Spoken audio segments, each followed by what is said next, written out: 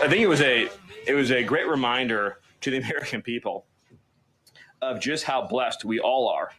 That the leader sitting in the Oval Office today is President Donald Trump and not President Kamala Harris. It was a helpful reminder of just what a travesty and a tragedy that would have been. Like, it would have been the end of America. And it gives me a chance to bring this whole thing home.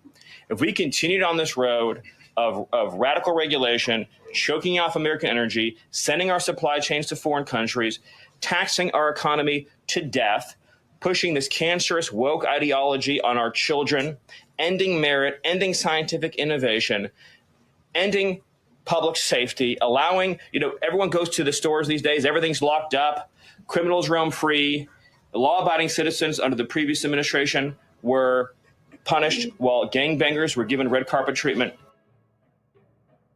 Want to get it off your chest? You're in the right place. They accuse this show of being run by boobs. Well, let me tell you about us boobs. We're real and we're spectacular. Want politics and fun sprinkled with a lot of laughs? Heard in every state in the Union and 1,000 cities around the world. We just finished 16 years of broadcast excellence, now in our 17th year. The Dave Weinbaum Show is streaming live all over the world.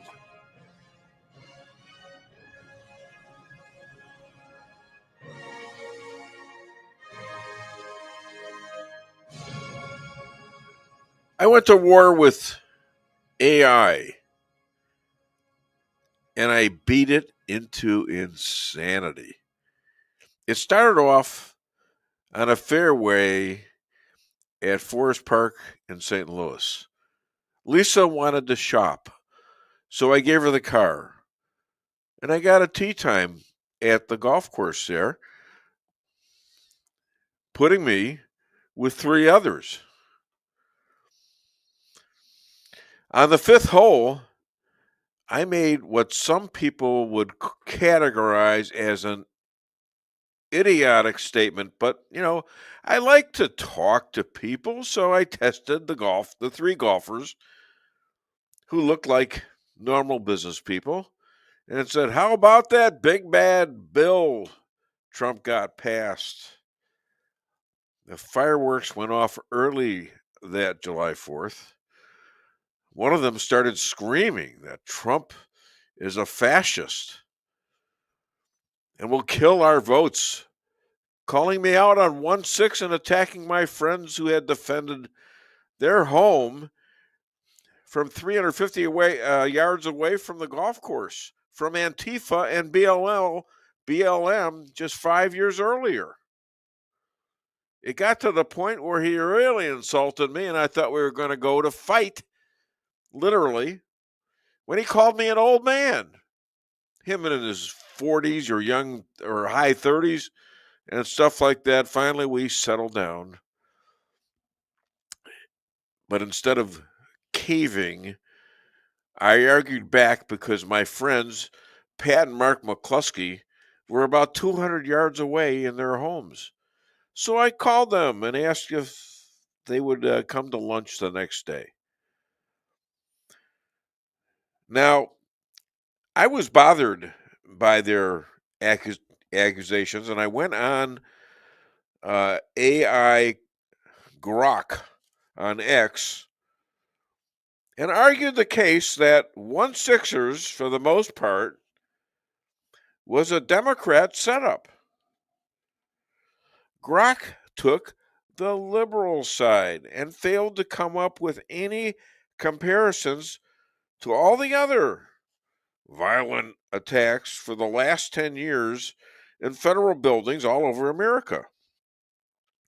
When I brought this up, AI was whipped because I made them go back and figure out what the cost was and what the people who committed the crimes, what was their punishment, what were the businesses' costs around them, and what this meant to the taxpayers.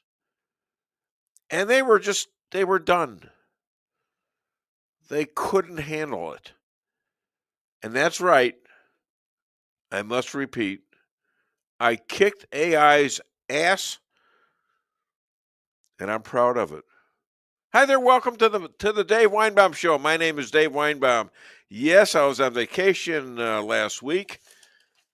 First in a long time, by the way. And I had two gentlemen, might be using that term a little loose, but I had two gentlemen, and J.P. Maxwell, he's a gentleman, and they took over the show, and they did a great job. And actually, I listened to part of the show, and it was well done by Bill Hardwick and Don Mayhew, I'd say, and J.P. Maxwell. So I'm very proud of them, and they did it without me, which is always good. You know, some guys get worried about that. Oh, well, what if they're better than me? Well, they probably were that day. They were hitting it. They were hitting on all cylinders. They had some great guests, and I thought it worked pretty good. What did you think? Oh, I thought they did a great job. It's always different. We get used to. I've been doing this show now for almost 5 years. You get used to the flow of how we do things, and of course, sure. To their credit, Bill and Don had a different way they wanted to do it, but they also tried to adhere to the lineup as closely as possible to not jive too far from it. But and to their probably wiseness and not having to do all the prep work we do, right? All the clips and stuff like that. We literally had no clips. Yeah, we have Monologue right now. Yes. Why don't we play that? Yep. And I'll explain that a little bit too. Even though Congress and the Constitution clearly say that you can expel invaders and illegal aliens quickly, efficiently, and properly, this president has literally saved America, and I could not be prouder. I could not be prouder, as I know Caroline feels the same way, to come every single day to this building where we have a leader sitting in that office whose first, last, and every thought is the safety, prosperity, security, and sovereignty of the citizens. That's an important word, people. Citizens of this republic. Thank you. That's Stephen Miller, and I use this as a kickoff. But one of the things I got a call. I didn't get a call. Yeah, I did get a call yesterday on my way to rehearsal from Dr. Matthew Anthony Harper, because I was watching Caroline Leavitt, the press secretary, giving a presser, and suddenly towards the end of this press secretary's hearing there, and this guy looks familiar, and he's right there in front of the camera. And I'm thinking to myself, I know this guy. I know him. And I had to search my mind for a little bit, and it was Dr. Matthew Anthony Harper, who I had on my show a week or two ago. Okay? And he had told me that he was being kept out of the asking a question to the press secretary because he had apparently said something to the effect that there should not be a two-state solution to Israel. And he was out there interviewing people like Bibi Netanyahu's brother and also Mike Huckabee, who was the ambassador to Israel. And he just didn't understand why they kept him out for like 4 or 5 months. They wouldn't answer his questions. They wouldn't let him speak. Finally, guess what? With the picture on him, Leavitt calls out his name and says, after he says, yeah, you, and you too, Dr. Harper. And he asked his question, and it was a good one. It was a darn good one, and we're going to play that a little later. But I'm so happy. We got a good show today. We've got John Jeffrey Bradshaw and his great observations of what's happening and comparing it to the Constitution of the United States. We got Rabbi Moshe calling from Israel, and that hopefully that war is about to stop. I'm praying that this stops because I hate to see anybody die unnecessarily. on either side, and but this is a war, and we didn't start it. And we've got Chris Adamo coming on, and we've got Mark and Patricia coming on to talk about what I experienced that day that we had lunch. We got to talk about it because I went to a place that I never thought I would get to, and it was incredible. And then we have another gentleman named Vincent Sabin. He is there in Texas working on finding survivors and sadly dead people, and that has turned into a real bad situation. I can tell you that. It's a horrible situation. So we got him on, and he'll be calling. I think he's in a truck down there doing a lot of work. So we're going to find out. I don't know a lot about him, except that my gal down in New York City been giving me some good leads, and that would be Loeb. What's her first name? Damn. I was thinking Kathy, and it's not right. No, it's not. No. It's I'll get to it later. Yeah. That's not a big deal. But what is a big deal is somebody who's staring at me, and it looks like a young guy. Yeah. It looks like a guy got a haircut or something. I don't know what the hell. I'm old, but I'm not pretty. By the way, you got to turn your sound on. Roger that. Okay, our sound on. I was giving him a lecture. It was for JP.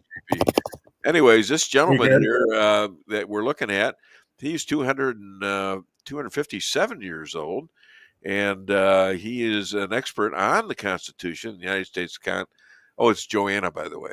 Joanna, yeah. Not you, but anyways, this man is he's a brilliant guy, and he's got a lot of opinions, and he sees a lot of things differently. He's a tough guy. He was in the Army, and he is he has been on this show for almost the whole time it's been on, almost 17 years. Please welcome from Rolla, Missouri, Jeffrey Bradshaw. Good morning, Dave. Good morning. What's on your mind, my friend? I didn't prep for this, but you mentioned in your monologue the two-state solution. Let's give a little minute or so to the two-state solution. If you recall, Israel abandoned Gaza some years back, even took the dead bodies, dug them up and carried them off so that the Palestinians could have Gaza all to themselves. Right. That, my friend, is a two-state solution. And look what happened to it. The Gazans elected Hamas, who turned into a dictatorship, and certainly terrorists. And look at the mess that they left. That's the two-state solution. And the folks in our country, and particularly our politicians, who believe that a two-state solution is possible in Israel are apparently they're smoking crack or something, because there's not clear thought going on in their heads. I think Bibi. It might have been partially with Trump, because Trump was mad at that question. I mean, mad that he brought that up. Of course, he was mad. Why? This is settled law. It's done deal. Bibi Netanyahu is kicking the crap out of those folks, and rightfully so. This took place in 2005 when Ariel Sharon decided to do this just about unilaterally, that he was going to pull out of Gaza, and he did. And he was going to collect even the dead bodies there. It almost caused a revolution in Israel itself. He did that, and look at the result, Dave. The result has been a 10 or 15-year disaster for the Israelis and for the poor people of Palestine, who I've got to believe most of them are probably hate what's going on here. Well, the perspective, anyway, perspective of this is that the Palestinians, the Hamas that they elected in 2005, and kept re-electing, they had no concept of a two-state solution. It was from the river to the sea. They wanted And all of still is. Israel. Israel, which is like, in context, a matchbox compared to places like Iran and Saudi Arabia, and all those put together make it really tiny. Mm-hmm. So, I mean, it's like it's an amazing story, and this time period that we've had is biblical in how it came out. 12-day war. How about that? Holy cow! It's incredible. 12-day war, and what they did to the Jews on 10/7/23, and Let's nobody on the left talks about that anymore. let's talk about the negotiated ceasefire for a few moments. Do You you for a moment believe that Hamas will abide by a ceasefire? I absolutely know they're not. Of course not. They And Netanyahu still knows have that too. hostages. Trump They knows still that have too. hostages. What is that?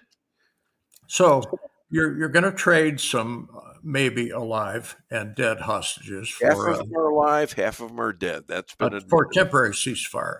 I don't look for Right. Hamas to abide by that in the least. So what's Netanyahu's choice? Well, he starts bombing again, sends in IDF troops. A ceasefire or a peace treaty requires responsible activity on the part of both parties.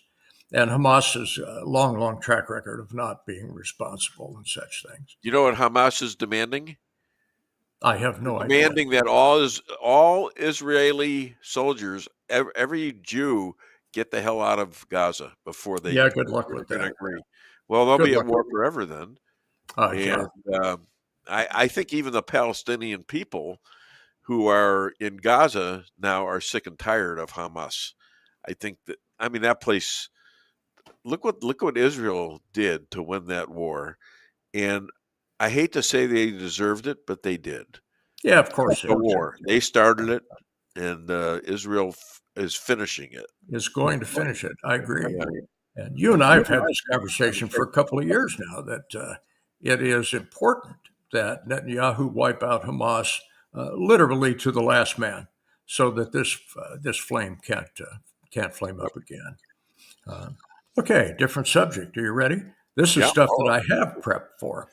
Okay. And this is back into our country. Uh-huh. Let's talk about Princeton for a minute. If you recall what happened to Columbia and Harvard as a result of the anti-Semitic behavior of folks that went to school there, and let's face it, their faculty and their administration, some of which are Jewish faculty. They got spanked pretty well. Well, now Princeton has reared their silly heads. A fellow named Chris Eisgruber, that's Princeton's president, believes that the academic freedom that Princeton claims to engage in deserves federal money, and it deserves all the endowments that they have. And the Trump administration is saying, no, no, no. If you guys continue to operate with anti-Semitic activity, anti-American activity, your federal tax dollars are going to dry up just like they did at Harvard and Columbia. Don't these folks learn from their peers? Don't you look around you and say, gee, these things are happening to these other folks. I wonder what I can do to avoid that. But of course, Princeton, you guys are going to learn you don't want to mess with this administration, particularly when it comes to anti-Semitic activity. You'll be sorry. You'll be sorry. And at some point, that Princeton president will be resigning in shame because his university has lost millions and millions and millions of federal tax dollars as a result of something they could have changed readily. Another subject.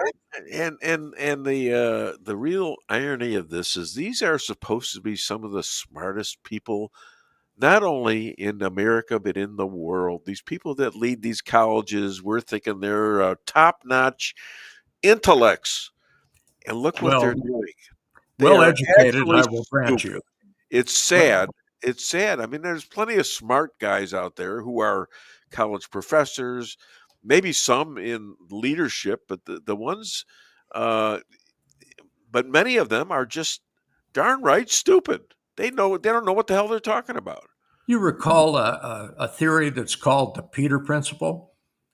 I recall it, yes. Remember that thing where ultimately you get promoted to where you're the least effective? Right. These folks have done just that. So enough for that. Let's hit the FBI for a minute, Well, because there's a let me lot. go back to this because here you got a guy who is a business guy. Now he went to college. Yeah, I guess he did all right. Yeah, And he's a business guy, though. He's related to the real world. He is related to hiring people, to firing people, yeah. to getting results and things like that, and non-discriminatory in a non-discriminatory way.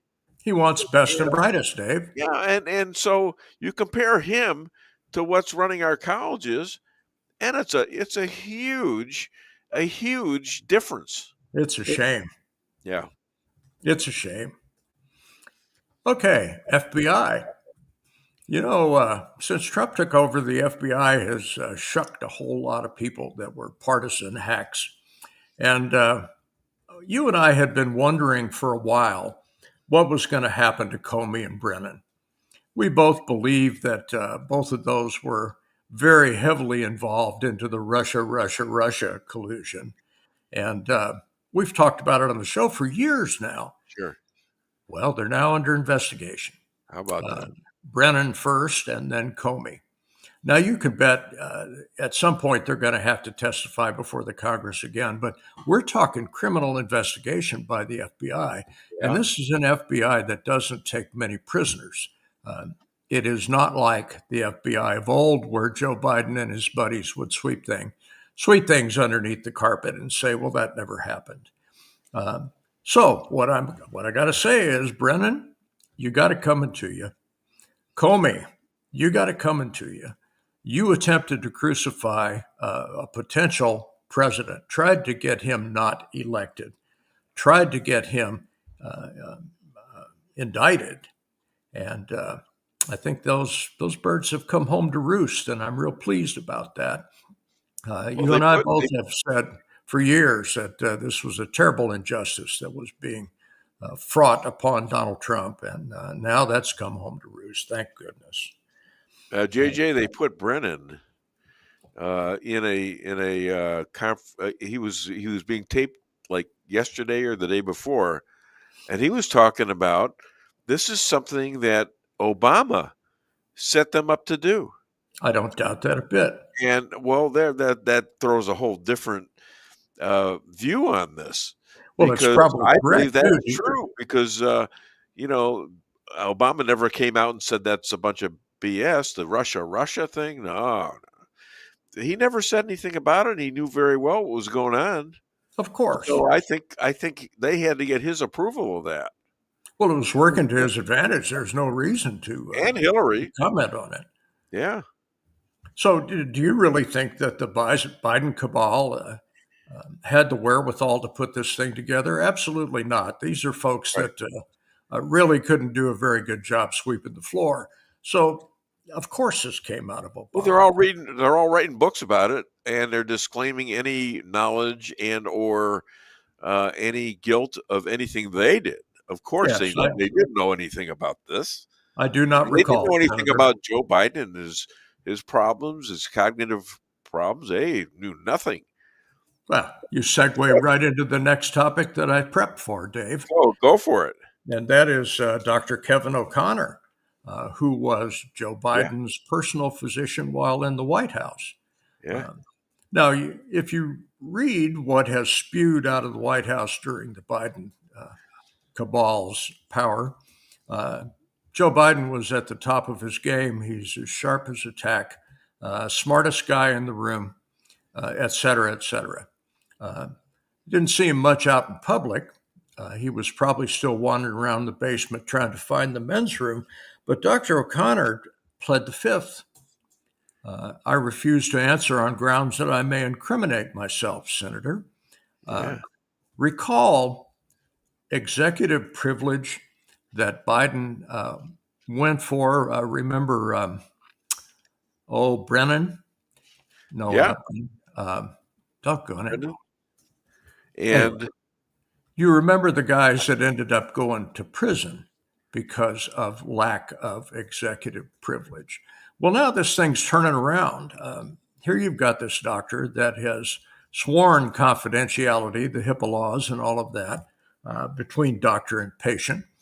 And he's stuck in a hard place because there are national security implications here that may well override that. Now, this is going to be in hearings in the Congress for a good long while. But the fact that the guy would plead the fifth tells me that him and his buddies have something to hide. Well, here's his case. His case is that this is a doctor-patient. Doctor-patient privilege, yes. Right. But they also asked him, if anyone told him to lie about Biden's health. Yes. That's not subject to the privilege of the Fifth Amendment. Well, that's when he pled the fifth. He pled the fifth on it, and that should be enforceable, that he answer the question. And I think at some point it may well be. The question is, how much pressure can you put on this guy to turn on his buddies? Look at what's happened over the years.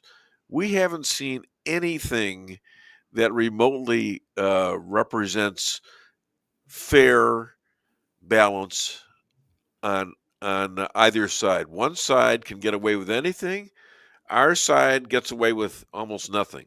That's the two justice systems. Yeah, that's fine, but we got to change that. If they're going to make us, they're going to do lawfare on us. We have to do it on them. We have to. I don't think so. Or we won't survive. I don't think we have to do that, Dave. Megyn Kelly said that recently, and I agree. You can't. It's like the same thing in Gaza. You're gonna drop and kill 1,300 Jews in one swoop, more than the Nazis ever did in one day. Mm-hmm. Then you're gonna have the repercussions. That if you do it like that, we know what you want to do, and we're going to take you out. You mentioned lawfare as perpetrated by the Republican side. We all know the Dems did that. There's plenty of evidence for that. Well, of course we do. What the Trump administration is going to do, I believe, and I think it's the right thing to do, is to not engage in lawfare, simply engage in law.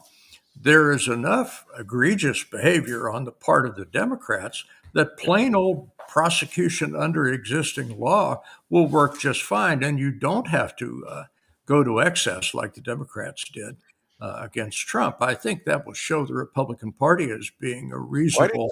I agree with you. I didn't say break the law, but you got to use the law to go after these people. Well, you mentioned lawfare, and lawfare is stretching the limits of the law as far as you can possibly stretch them.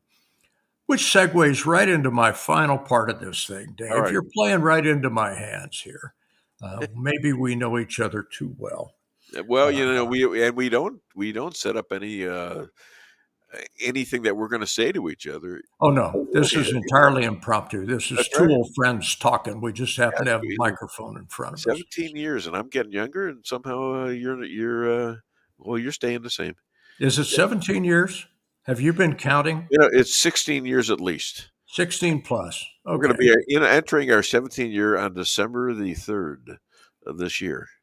That ain't too bad for a couple old rednecks from Rolla. We're doing Not okay. Bad. Yeah, I haven't been called a redneck too often, but I'll accept that. All right. Well, for me, of course, you have to accept redneck Jew. Yeah, well, yeah. Is there such a thing in Rolla, Missouri? I suppose there so. There is now.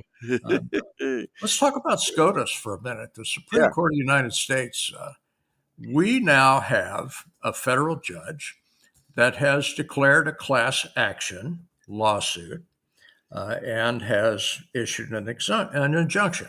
You and I talked about this briefly when SCOTUS came out and said district federal courts cannot issue nationwide injunctions except with a few unusual circumstances. And one of those is a class action. Why is this important? If you look at the history of class action lawsuits over the last decade or so, they are years in the making.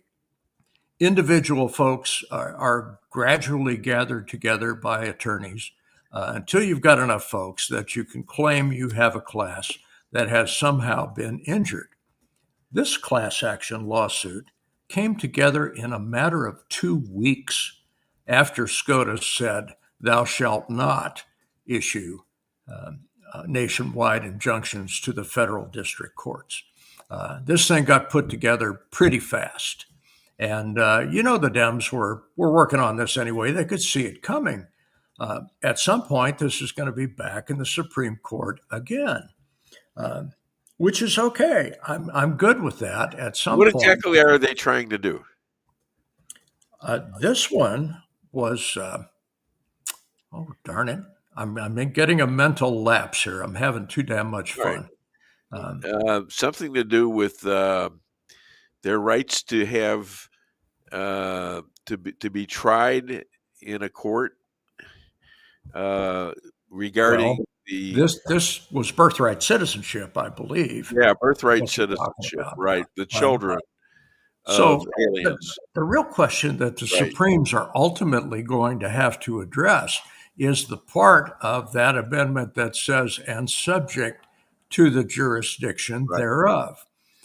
One would argue that someone from Venezuela is subject to the jurisdiction of Venezuela and not necessarily that of the United States. They have no allegiance to the United States. Right.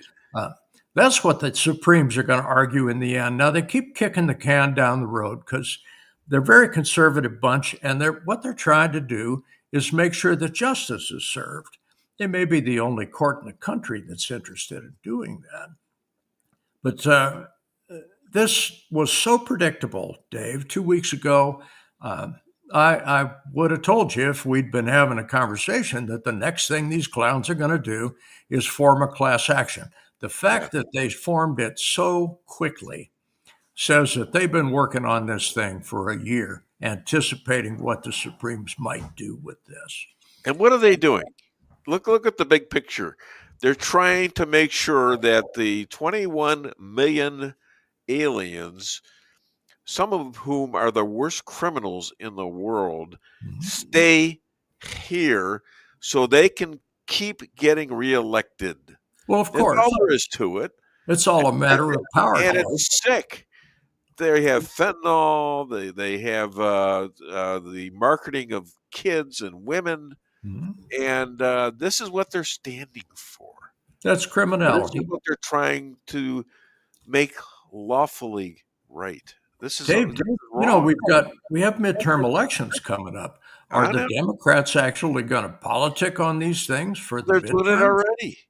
They're doing it with the ICE police that are out there doing their jobs and complaining because they have masks on, and they're having riots against them. They're physical riots against them, and I'm saying you got to crack down on that stuff. This is part of the American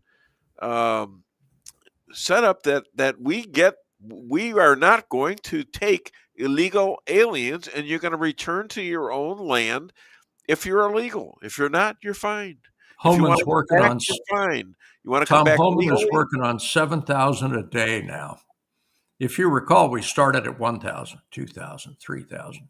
He's now got some funding coming and some folks.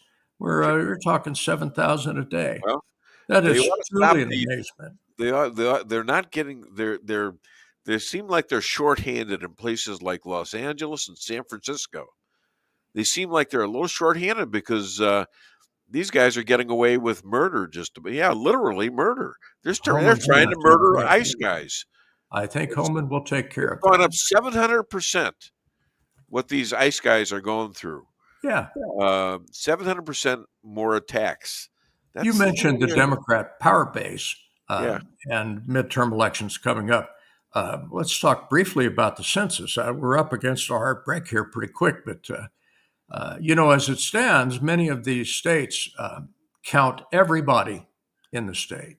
There's a movement in the Congress to make sure that the census counts only United States citizens. Whether they'll actually get that done or not remains to be seen. But if you consider redistricting, which occurs every 10 years as a result of the census, if you count only U.S. citizens, there are some House of Representatives seats and one or two Democrat held Senate seats that may turn Republican because it's we're possible, counting yeah. only citizens. So this has major repercussions, and I hope they get it done. Yeah. All right, my friend. And you are my friend. Thank you so much for being a star on the Dave Weinbaum Show. John Jeffrey Bradshaw. It has been my pleasure, Dave. Good day. Take care, buddy. All right, we are very close, but we're going to try to get our commercials in because we're packed. We're sacked. We're packed and we're sacked. So you stay tuned. We got really amazing stuff coming up. Hit it. Your home is your castle. You don't need unwanted hassle. Don't let those creatures move in to stay. Let us protect your investments. That's what we're all about. Plank Termite and Pest Control will save the day. Plank is locally owned and family operated right here in Rolla, a Google preferred business. Our customer service and your satisfaction is our #1 goal. So call Plank today at 368-3333. Plank Termite and Pest Control will save the day. Honey, what are you doing? What does it look like I'm doing? It looks like you're filling up a swimming pool. Yep, I'm filling up a swimming pool. In our living room? How else am I going to watch the game and stay cool? If your AC is on the fritz, call Hartley's Climate Control. Hartley's is the area's best in HVAC repairs, installs, and maintenance. Knowledgeable, honest, and dependable. Serving Rolla and the surrounding areas for commercial or residential needs. Hartley's Climate Control. Community born, community raised, community serving. Call Hartley's Climate Control today at 573-368-3163.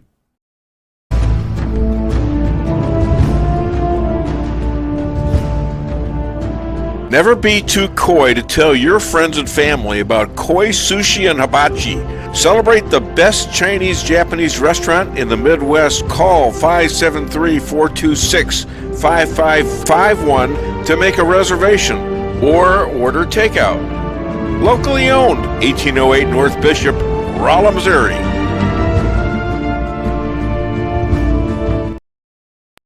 We can sum up McDonald's new crispy chicken sandwich in one word. Crispy, but also juicy and tender. Okay, it's crispy, juicy, tender, all one word. But then, also pickle. Oh, and potato bun, which is 2 words. Okay, we can't sum up our new crispy chicken sandwich in one word, so you'll just have to try it to understand it. Order ahead on the McDonald's app at participating McDonald's. Ba-da-ba-ba-ba. Merrill's Quarry and Asphalt, 40 years serving cities, counties, and everyday businesses with driveways for people who live and work in our little piece of heaven right smack dab in the middle of America. Call 573-578-9101 for your free estimate of rocking, rolling, paving, driveways, sealing, and striping too. That's 573-578-9101 for your free estimate. Your home is your castle. You don't need unwanted hassle. Don't let those creatures move in to stay. Let us protect your investments. That's what we're all about. Plank Termite and Pest Control will save the day. Plank is locally owned and family operated right here in Rolla, a Google preferred business. Our customer service and your satisfaction is our #1 goal. So call Plank today at 368-3333. Plank Termite and Pest Control will save the day. At your locally owned Price Chopper, our standards are high because we know yours are. See for yourself what an incredible fresh selection of grocery items we have in store. Talk to our expert meat associates about what you're looking for. They're happy to meet any special requests like custom cuts, or see our expert produce associates on how to pick out the best fruits and vegetables. Quality in the deli means fresh, full flavor, and always delicious. If you're craving fresh, baked goodness, we have that too. You can expect the best selection and the best value while interacting with our friendly and knowledgeable employees. You can find what you're looking for fast and easily at the best prices at Price Chopper. Fresh savings every day.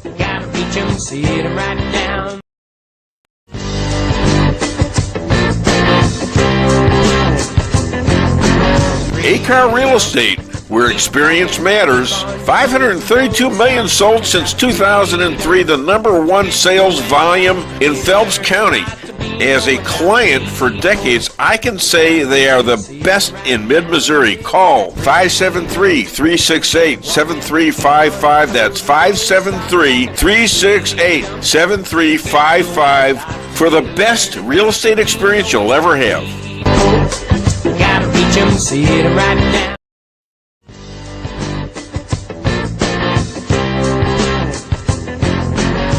Insurance going up like crazy? Daniel and Henry Insurance is one of the largest private insurance companies in the world.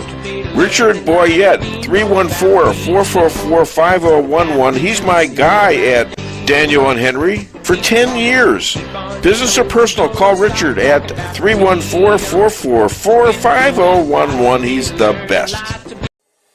Maybe it's for a kitchen you've always wanted. Maybe it's just to have a little extra room. Whatever the reason you're considering a new home loan, it's good to know that Town & Country Bank will guide you in the right direction. Our experienced local lenders are here to help you with a new home construction, remodeling projects, and fixed and adjustable rate home loans. You can even start the process online by clicking Online Mortgage Center at tcbanks.com. Smart, friendly solutions. Town & Country Bank. Member FDIC, Equal Housing Lender. All right, ladies and gentlemen, we've got somebody here that's he's looking like I don't know where the hell he is, but he might be America for all I know. He's a wartime rabbi taking care of IDF widows and their children, author of Secrets of the Hebrew Bible. Please welcome all the way from wherever the heck he is, Rabbi Moshe Rothschild. Okay, you're in New York? I am actually in New Jersey. Close enough. Close enough. All right. So how long are you staying away from Israel? Well, we've been here nearly 2 weeks. I did a trip for widows, 12 widows, and a respite trip for them coming to the U.S. And the trip just ended on Wednesday. But I'm staying another about 2 weeks with my family on a little vacation. But we just finished 12, almost about 12 days with 12 widows. It was a very intense trip, but really good.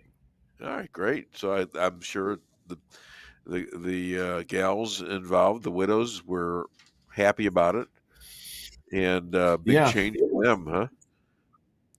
They got they had an opportunity to really focus on themselves. They were here without their kids, and to spend, time just relaxing. We arrange all kinds of things for them: horseback riding, swimming, boating. For them to just enjoy themselves and relax and be able to recharge after, of course, losing their husbands, but then 12 more days of war with Iran. The opportunity to breathe without all the pressures of life, was something really amazing. Hey, let me read you. I just got a glimpse of one of the things from Pastor Pat. Would you get me that? Because I think it involves us. I went to Kufi Christians United for Israel last week. A lot was accomplished with visiting the reps and senators from each state on behalf of Israel. It was an awesome meeting, and Prime Minister Netanyahu came into town while we were there. One of our Christian leaders from Branson, I guess, met with him, and I think meeting with President Trump. So you know anything about that? Well, I've been to the Kufi conference in the past, and it's the most important Christian lobby group supporting Israel, founded by Pastor John Hagee. And they do this conference every year. And part of the conference is going to Capitol Hill to lobby senators and congressmen on issues that are relevant and important to Israel. And so it's a very, very important meeting. And had I not been here with the widows, I probably would have come to Kufi. Okay. And the other, besides all of that, they have all kinds of meetings and speeches and so on and so forth. It's a very important conference that happens every year. Now, Bibi nominated Trump for Pulitzer Peace Prize, and somebody else did too. I mean, what do you think? Look, he deserved it in his first term when, because of the Abraham Accords, and right. There's this terrible bias we all know against Trump. Obama won it with doing nothing, literally nothing. Yeah. And, no, he did plenty, but it was the wrong stuff. Yeah. Him and Biden created all these wars that we're having. Yeah. And Obama was, nominated for the Nobel Peace Prize before, his presidency barely got off the ground. It was really insane. Now, you have what just happened now with Iran, the ceasefire. You have the Abraham Accords, and it would be a travesty if Trump didn't win the Nobel Peace Prize. He certainly deserves it. Sure. Now, war operations still going on in Gaza and Lebanon. Is this going to be over soon? What's your prediction? Well, they keep talking about a ceasefire. And, I was just talking to someone actually this morning who literally just came out of Gaza. And he told me that, the strategy has been to create a scenario on the ground where even if we had a ceasefire of 2 months, Gaza would be so destroyed that they wouldn't be able to do anything in 2 months, any kind of meaningful rebuild or anything like that. And that has been the focus of the IDF in the last few months is trying to create that scenario. And wait a minute, what about the hostages? So part of the ceasefire, why are they still keeping the hostages? Right. So part of the ceasefire agreement that they've been discussing this week included the release of 10 live hostages, which frankly could be all that's left of the live hostages. Exactly what I've heard is that half of them are alive and half are dead. Yeah, so we don't know. I mean, you've heard numbers up to 20 live hostages. Nobody knows. So, this ceasefire, they keep saying, "Oh, it's going to happen today. It's going to happen tomorrow. It's going to happen in a few hours." So there's so much misinformation, and you don't know who to believe. So they're still operating in Gaza, and also in Hezbollah. Is that true? I spoke to my son today, and he's still in Gaza, and they're still fighting and still operating. They're mostly spending their time destroying tunnels. Yeah, good. The terror networks that were set up there. Sure. There's not much fighting with the actual terrorists because they're in hiding or they're dead. But they're trying, like I said, to destroy any terror networks in order to, if in fact we do have some kind of ceasefire, that it will allow us to come back after 2 months in the same position, not be in a position where they've rebuilt. So in your where you used to live in Australia. Were you in Melbourne? I was in Perth on the west coast. So pro-Palestinians attacked a Jewish restaurant recently, lighting up a huge fire of the doors that were to the restaurant with a lot of kids inside. It was an attempted murder. This happened just a few days ago. Yeah. What was Australia like when you were there? When we were there, I did not really notice anti-Semitism when I was there. I didn't really experience anything like that. And wearing a kippah, a yarmulke in public makes me very identifiable and noticeable as a Jew. But I didn't really experience anything. Certainly not burning of a synagogue or anything like that. But I did see, excuse me, a very interesting statistic. Over the last year and a half, there have been like 20 synagogues that have been set on fire to one extent or the other, which is around the world. Crazy. Are they tied with the United Kingdom at all, UK? Because it's happening there too. They're throwing Jews in jail if they show a Israeli flag or say something at a riot a hearing or whatever that the Palestinians are given. If they go protest their side, they go to jail, but not the Palestinians there. Look, the UK, like we've said in the past, has been overrun. You know, the amount of Islamic jihadis that they had allowed in during the Syrian civil war and others, and they've just let them, kind of take over London. And they're not the only ones. France, other European countries, excuse me, that are literally, falling to the jihadis, and not through war, but simply through attrition and birth rates and stuff like that. Did you hear the Houthis sank a Greek ship off Yemen? So that's another pressure point there. I did see that, and I think because the United States have ships in that area. I think it was reported also that they took 2 hostages, as well. Wow. Hostages are it's a hot thing now. It's like everyone's getting them. I feel like I should get a few. Jeez. Everyone's taking hostages. They don't care. They don't care about saving their hostages. Yeah, no one cares. I mean, if you have tunnels that are under schools or hospitals, and you go out and pull a 10-7-23, what the hell do you expect's going to happen? They know exactly what's going to happen. Yeah, and they're using that. Yeah, it's exactly. So U.S. and Israel, though, sign a MOU advancing. I don't know what MOU stands for, but Memorandum of Understanding. Which I still don't know what the hell it is, but at least I know the wording of it. Yeah. Advancing energy and AI. What the hell does that mean? They're gonna cooperate somehow, some way. It's like when we built the Iron Dome, there was cooperation with the United States. And it simply means there's going to be cooperation, and on these levels, AI is very important on the battlefield.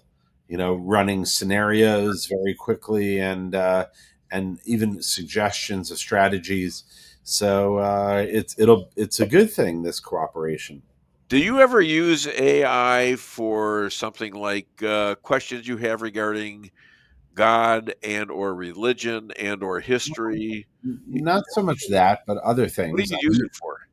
Like, we're going on a vacation next week, and I use it a lot for helping me plan my itineraries, what would be good for kids, and cheapest place to find bike rentals, and all kinds of things. And I use it also a lot deeper than that, and especially if this AI thing is going to start controlling things based on what they have stored in their brain set there, which can be tuned to any different way a person who is working on the AI can give you all of the Biden excuses as to why things happened. And I took them on this last week. I took them on the 1-5 issue, 1-5ers, and I beat them because I made them come up with the facts that in the last 10 years of all the riots and things in federal areas, federal buildings, and the surrounding areas, and just compare it to the 1-6 situation.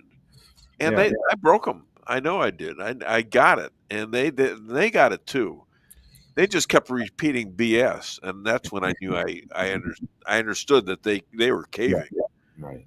But that's a big deal because you get AI is turning into the MSM, mainstream media, in that they are looking at liberal sides of things, and there's no control that they can destroy a lot of things here. Yeah. All right, New York City, Zoran Mabnamdani, a communist anti-Semite. Can he be beaten? Well, I think he can be beaten. And the truth is, I think what's more frightening is not simply him winning in New York, which he can, but he can also be beaten. But if he wins in New York, remember, Rudy Giuliani used the New York mayoral role to thrust himself into a national presidential candidate. Yeah. And that's more frightening, that if he would win in New York, I think the libs are seeing his methods as a way of winning, and perhaps they're going to turn to him as a presidential candidate. And to me, that's more frightening. So he has to lose in New York. And have you seen an uprising in Jewish people who normally would be liberal and saying, "Wait a minute, what did we do here?" Or are they still making excuses? I find a few of them are still making excuses. They're making excuses for him. I haven't. Look, I've seen the regular, people who oppose, say, him. The people you'd expect, but you don't see that coming from the left wing Jews. They're saying, "Hey, we need to rethink." I don't see that. Yeah. Your buddy Macron over there in France, Israel's war with Gaza threatens global security.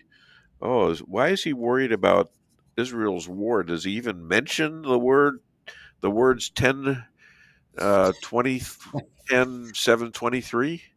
I don't think so. I think he's a loser, if you ask me. Where's he coming up with all this anti-Semitism?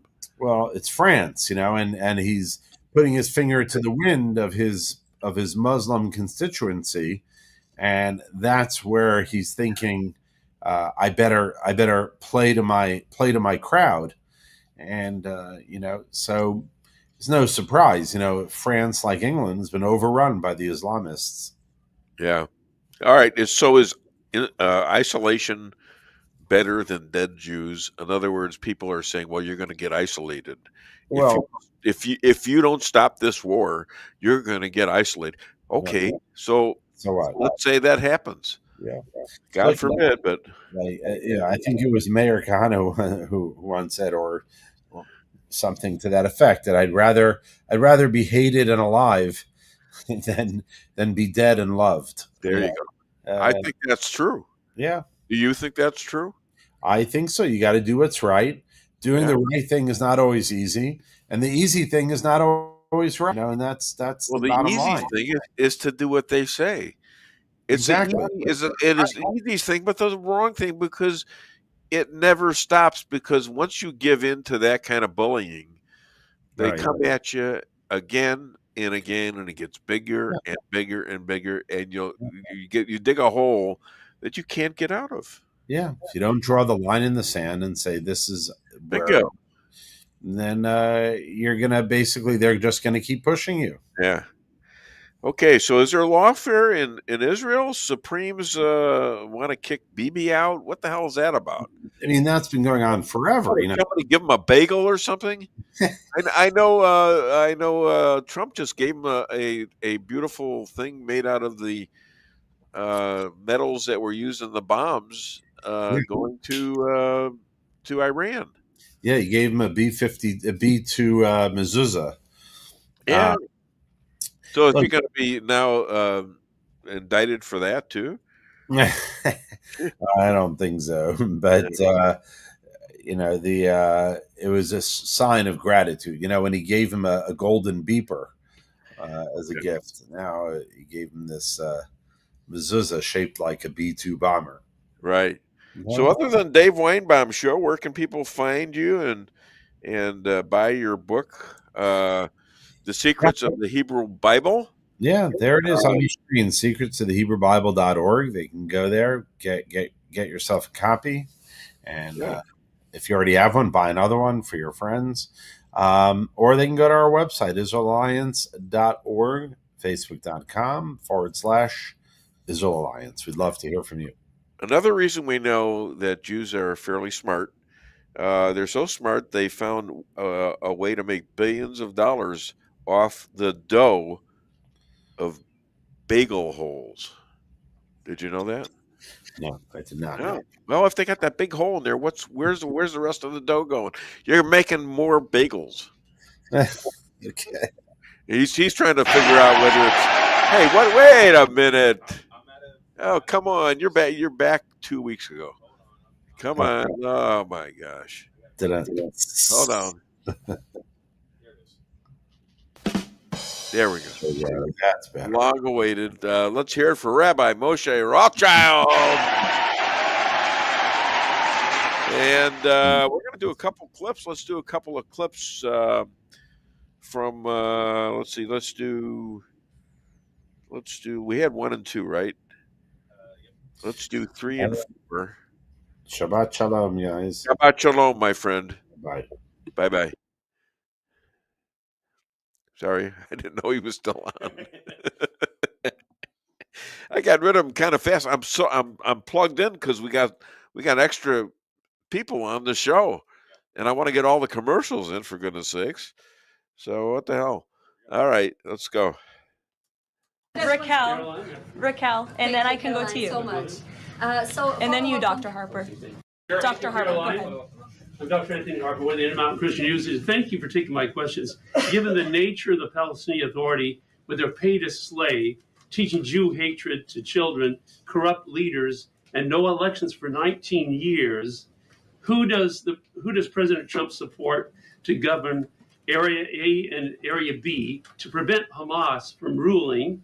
And what is President Trump's position on Israeli sovereignty? Sure. Well, the president believes Israel, of course, has a right to defend itself. As for the first part of your question, you're getting ahead, Dr. Harper. As I told you, the president wants Hamas to accept this proposal right now. He wants to see peace in this region, and he's committed to doing that. I want to start by addressing the devastation from the tragic flash floods in Texas. Moments ago, the Department of Homeland Security provided an update that 91 innocent souls have now perished. Everyone here at the White House, including the President of the United States, is praying for the victims' families and friends during this unimaginable time. President Trump swiftly signed a major disaster declaration for Kerr County, Texas, to ensure our heroic first responders have every resource they need in the relief and recovery efforts. Secretary of Homeland Security Kristi Noem traveled to Texas over the weekend, and the entire Trump administration is working hand in glove with state and local officials to provide every assistance available. The situation on the ground remains dangerous, and there could be additional public safety threats with potential incoming heavy rain. So right after that call, that getting on air, so to speak, Dr. Harper, and by the way, he was like all of a sudden at the end of this, it was a very active display of your mainstream media there. They were all excited for some reason that day. I guess it was the 7th after the holidays and stuff, and so it was a hot conversation. And Dr. Harper had been punished for saying there should not be a two-state solution to Israel. And that's why I'm a little confused as to why that happened. I think it was probably a mistake. But he paid for it and wasn't called on for 5 or 6 months by the administration. And so to see him standing there, and I'm looking at this, I'm watching the press conference, and I says, I know this guy. And I didn't recognize him immediately, but I knew him. And and I finally discovered in my mind, I says, that's Dr. Harper. And, he had come on the show and told me about, his being kicked off the ability to ask a question. And finally, he's asking a question. I says, oh, my God, that's so cool. So I called him almost immediately after that happening, figuring that he wouldn't answer the phone, but leave him a message of congratulations at least. And sure enough, the guy answers the phone. He says, I'm still here. I said, well, congratulations. I'm very proud of you. I was very excited to see you, recognize you, and see the question. And they were going to do this. And I think the camera had something to do with it, too. I think they wanted the camera on him, too, because they could have shot the whole room. There's a lot of journalists there. And he didn't even have a seat. He was standing. Okay, so I was very gratuitous towards this. And then yesterday, I'm driving to rehearsal, and he calls me. So I says, "You going to be on the show this Friday?" He says, "No, I can't. I'm still in Washington D.C." So this guy, he's a minister, and yet he's he backs Israel. Interviewing people like Huckabee, like the brother of Netanyahu, and he's a cool guy. He thinks he's part Jewish. I don't know. My wife, you don't think you're part Jewish, do you? Not except for whatever rubs off on me. Apparently, I don't. All right, that was a pretty good answer, honey. Yeah, that's just wonderbar. Thunderbar. Okay, let's do something. Go ahead. I gotta make sure it's... Yeah, you gotta. Yeah, congratulations. She is funny, I swear. I don't want to. I'm having technical difficulties on top of everything else over here today. Why? Your show doesn't show up on your show page. Really? On my views, it wouldn't show up for me. It won't show up if I'm logged in as the show. Are you having problems too? No, he's fine. But remember last week when everything I tried to share from your show page, the video wouldn't play? Yeah. Well, when I try it now, it's just a big black blank screen. What did you do wrong? Okay. All right. Whatever. Okay. Yeah, I'm in control of Facebook. I think we might be getting maybe it's a partial shadow ban thing again. Who knows? Who knows? You know what? It's I'm going to keep doing the show. It's a direct ban. It's not a shadow if we can see that it's not happening. If it's I'm going to keep doing this show, no matter what. But it's very I've been banned. I've been shadow banned. I've been let me on, and I know people like this show. So I'm not going to do a show that's full of BS. Okay, I'm just not going to do it. And if 5 people listen to me, I'll be okay. All right, and I don't do this for a living. A lot of people do, and they feel like they have to accommodate people who hate this country, and I'm not going to do that.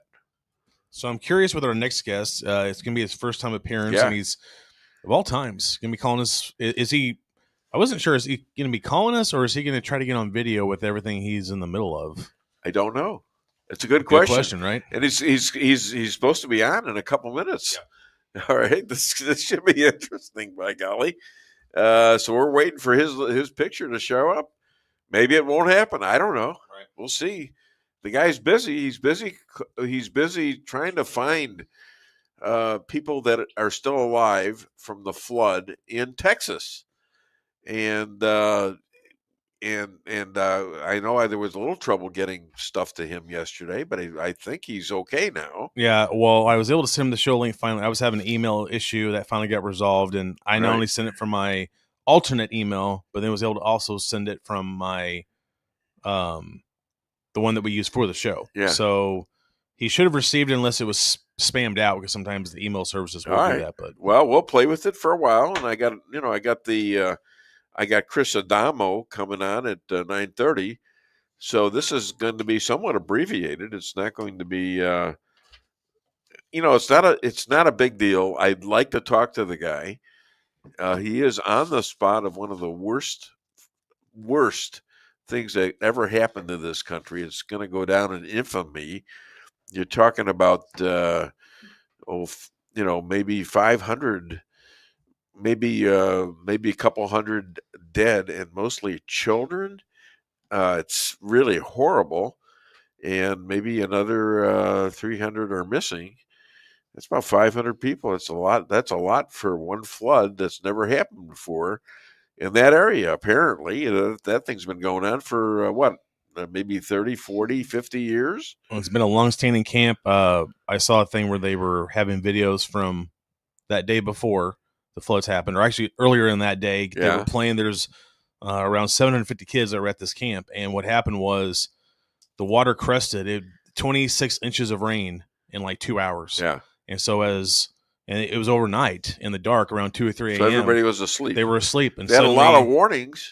But they didn't expect 26 inches in 2 hours. And suddenly the floodwaters came in as they're sleeping and just basically swept people away. And that's how it caught them off guard. Yeah. Absolutely just horrible. I mean, they'll be, I mean, even Texas is saying, how did this happen? Because they had a lot of warnings out. But, so the warnings, if they're not listened to.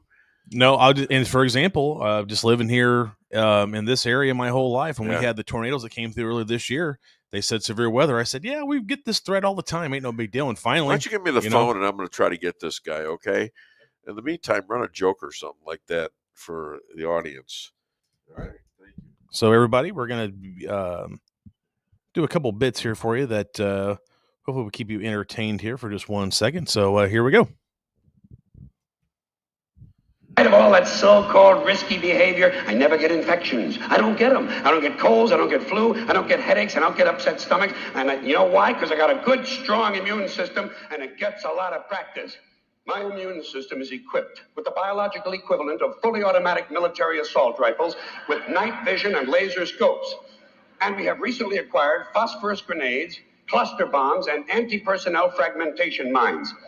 So, when my white blood cells are on patrol, reconnoitering my bloodstream, seeking out strangers and other undesirables, if they see any suspicious-looking germs of any kind, they don't down. They whip out the weapons, they wax the motherfucker, and deposit the unlucky fellow directly into my colon. Into my colon. There's no nonsense. There's no Miranda warning. There's none of that 3 strikes and you're out. First defense, bam! Into the colon you go. Less than 1 family out of 7 in the Soviet Union owns an automobile. Most of the automobiles are driven by the bureaucrats. So an order went out one day to the police that anyone caught speeding, anyone, no matter who, gets a ticket. Well, Gorbachev came out of his country home, his dacha. He was late getting to the Kremlin. There was his limousine and driver waiting. He told the driver to get in the back seat. He'd drive it. Down the road he went. They passed 2 motorcycle cops. One took out after him. And pretty soon he's back with his buddy. And his buddy says, well, did you give him a ticket? And he said, no. Well, he said, why not? Oh, he said, it's too important. Well, he said, we're told to give anybody a ticket, no matter who it is. Oh, he said, no, this one was I could. Well, he said, who was it? He said, I couldn't recognize him. But his driver was Gorbachev. All right, ladies and gentlemen, I have a special report coming from you. Can you hear me, Vincent? Yes, I can. Oh, you're coming in real good now. We can't do the video, but his name is Vincent Sabin, and all I know about him is he's down there in Texas in the flood areas, and he's doing a lot of work. Either finding people or even finding people who have passed on due to this crazy, wild situation they've got in Texas. So what drove you to join rescue efforts in Kerr County, Texas, flooding? Was it personal? No, I am with Buck Up Relief Mission, and actually I'm on my way back to North Carolina to pick up a load of disaster relief supplies and then turn around and go back to Texas. We are linked with groups like the Remnant Group, Our Hands Above. We're all grassroots volunteers, and we do what we can to help. So can you describe what you saw and felt when you first arrived at Camp Mystic, where floodwater suddenly rose to 30 feet in hours? I have not been there, but members of that I have worked with and are working with were there within 2 hours of it, and I hear it wasn't good. Yeah. It wasn't good. So, I've been in flood locations before, and with Hurricane Helene in West Virginia and Kentucky, and it's just stuff you can't unsee once you see it. Yeah. And right now it's pretty much at search and recovery for the people that are still missing. So you got to be real careful when they start moving the debris and cleaning up, because you never know what you're going to find. So what are the obstacles you're facing in your quest to find and save victims? Well, you figure the water, there's water moccasins in there. You don't know what other bacteria are in there. So people going through the water, searching the water, have those, and it's rough terrain down there. So there's woods and hills and brush that you got to climb through. I mean, right. And you try not to miss any area, because someone could be anywhere. And like trees are down, and some of the rivers and or little lakes you got there have changed, haven't they? Oh yes, we have one area over near Brady where there's hundreds of fish that have been relocated to a location where there was no water before, and that water's going to dry up. So they're out of the river now. So now we're trying to see how many fish we can save. Right. It's the deer, the reserve down there for the deer reserve. Yeah. They're having no food, so they're working on that. And people's homes are just flooded and devastated, and they have nothing. So that's why we're bringing in supplies and trying to help as many as we can. So this Christian camp, mainly for kids, has been in operation for how many decades? Do you know? I don't have that information.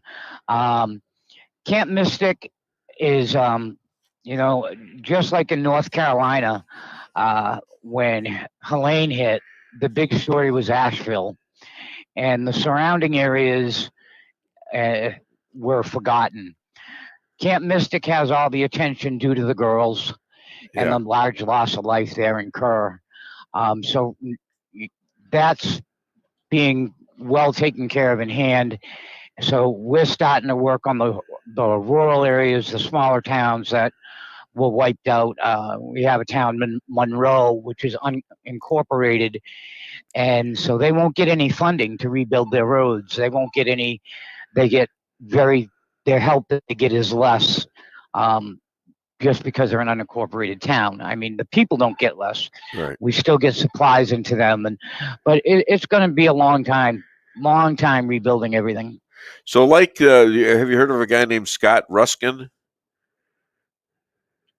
No, I have so many names run through me every day. Well, this guy allegedly he's a hero, and he saved 165 lives. The Coast Guard. Yeah, the Coast Guard gentleman. So what have you felt when have you saved anybody or assisted others to saving lives? No, I was not on the search and rescue crew. Okay. I am more of networking with everybody, getting everybody in place that we can send, getting networked with volunteers that can go into the area, lining up the supplies, the relief supplies that they're going to need, and getting it moved. So you're like a general who is making sure that people are coordinated in what they're doing to save people and have cleanup, and also to find people that haven't made it. Is that right? I wouldn't consider myself a general. Just another guy trying to do the best thing I can. Well, I mean that would be something if this was a military thing, that would be what was taking place with it. Where can people find you and or help? Do you have that information? buckupreliefmission.net. You can go there and you'll see ways you can volunteer and we can, if you go there and you want to go down to Texas to help and volunteer, there's all kinds of things that need to be done. There's cleanup. There's going to be setting up and distributing disaster relief supplies. You can go on there and contact us, and we can put you in contact with the people down there that can set you up and get you into a volunteer position, get you some housing that we've worked on down there. We have people down there that have B&Bs, and just allowing people to come into their homes for the volunteers. So we can do that. Also on Bucket Up Relief Mission, Give and Go, you can donate whatever you can to help. $1, $5, $10, it all helps. We have semi trucks that we have to move and fuel that is going to be needed for these trucks to move them. We are a nonprofit 801c3. All our money that gets collected all goes right back out into the trucks and any supplies that need to be purchased that haven't been donated. So we have that. We have a whole list of things that are needed. And you can probably find that list on there. Okay. If it's not, I can be contacted. You can contact me. And well, where can you be contacted? You want to tell them your phone number? Yeah, my phone number is 727-810-0141. You can call me directly, or again, you can go to the website of buckupreliefmission.net. And we can be contacted that way. Vincent, I want to thank you so much for what you're doing. You're a hero, and I hope this thing is over soon, and that they figure out what the hell happened here, and how this happened, and fix it for times coming. Yeah, well, I wouldn't say I'm a hero. Of God, and I do what He asks me to do. I said it. I try to. And God is blessing you, and I'm going to go right now, and I got a couple of other people coming on, and I got people sending in all sorts of comments too. Okay. All right. Well, David, thank you very much for having me on. Pleasure is mine. If anybody can help, we'd greatly appreciate it. Vincent, God bless you. God bless you. Have a wonderful day. Thank you. Bye-bye.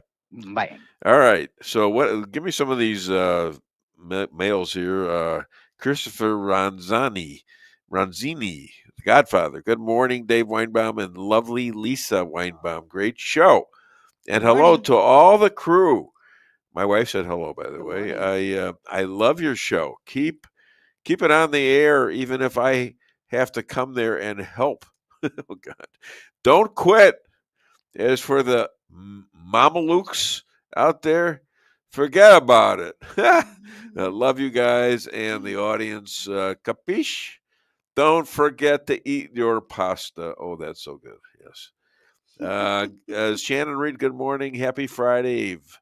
Shannon Reed. Yeah, she's using the old and who else? Anybody?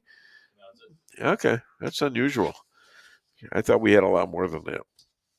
Okay, and well, if you want to call the show, 573-578-2700, or you can also comment just like we're doing here on Facebook, also on YouTube, X, and on Rumble. Okay, so let's talk about some other stuff. We have our friend. Now we've done both sets of commercials, right? No, we do. Hit it. Hit the commercials.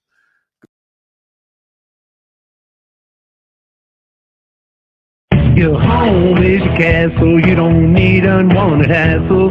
Don't let those creatures move in to stay. Let us protect your investments, that's what we're all about. Plank Termite and Pest Control will save the day. Plank is locally owned and family operated right here in Rolla, a Google preferred business. Our customer service and your satisfaction is our number one goal. So call Plank today at 368-3333. Plank Termite and Pest Control will save the day. With warmer temperatures right around the corner and allergies ramping up, now's the time to get those AC units serviced. At Hartley's, we pride ourselves in offering outstanding service with fast response times. With proper maintenance, you can make those hot days be a lot cooler and remove those pesky allergens that always seem to find their way into your home. Call us today so you can be living a much cooler and healthier life. Hartley's, community born, community raised, community serving. Call Hartley's Climate Control today at 573-368-3163.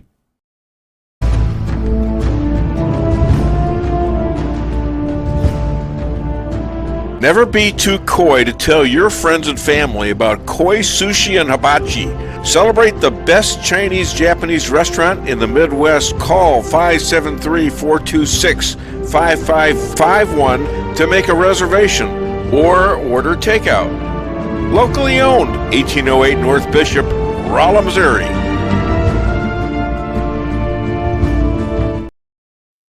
We can sum up McDonald's new crispy chicken sandwich in one word. Crispy. But also juicy and tender. Okay, it's crispy, juicy, tender. All one word? But then, also pickle. Oh, and potato bun, which is two words.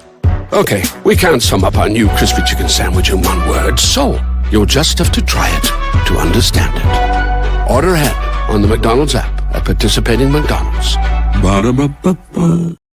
Merrill's Quarry and Asphalt, 40 years serving cities, counties, and everyday businesses with driveways for people who live and work in our little piece of heaven right smack dab in the middle of America. Call 573-578-9101 for your free estimate of rocking, rolling, paving, driveways, sealing, and striping too. That's 573-578-9101 for your free estimate. Your home is your castle, you don't need unwanted hassle. Don't let those creatures move in to stay. Let us protect your investments, that's what we're all about. Plank Termite and Pest Control will save the day. Plank is locally owned and family operated right here in Rolla, a Google preferred business. Our customer service and your satisfaction is our number one goal. So call Plank today at 368-3333. Plank Termite and Pest Control will save the day. Busy schedule? Let your locally owned Price Chopper help you save time with online shopping. It's easy. Sign up to tcmarkets.com or download our mobile app in the App Store or Google Play. Create an account and browse through the categories and choose the items you need. When you place your order, your personal shopper will get all of the items you've selected, taking the same care you would and following your notes. We offer free curbside pickup, so you don't even have to get out of your car. Start your online order today and no online shopping fee for a limited time. Go to tcmarkets.com or download our mobile app to get started. Price Chopper. Fresher savings every day.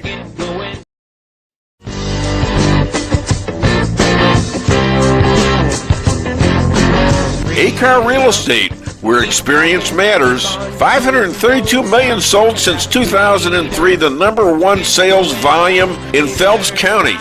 As a client for decades, I can say they are the best in mid-Missouri. Call 573-368-7355. That's 573-368-7355 for the best real estate experience you'll ever have. Gotta reach 'em, see it right now.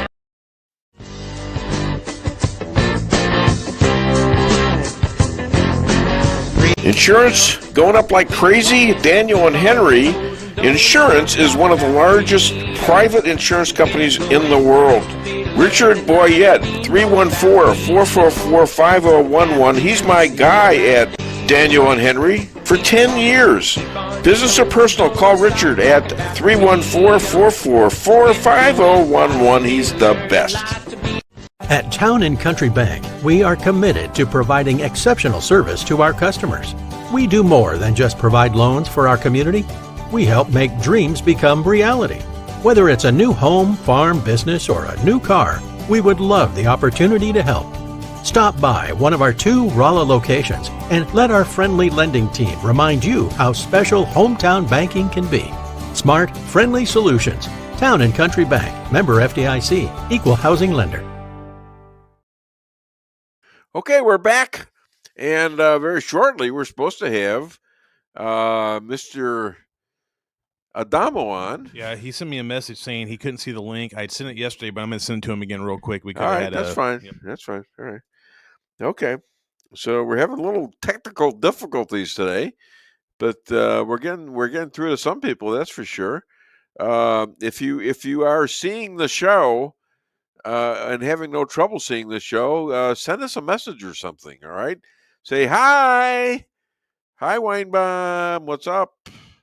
Hi, Lisa. What's up? Hi, JP. And I forgot to say hi to Rick Henderson, who does all the clips and gives me a lot of, just a lot of stuff to consider, driving me crazier every time I talk to him. But he's a good guy. And look at this other good guy.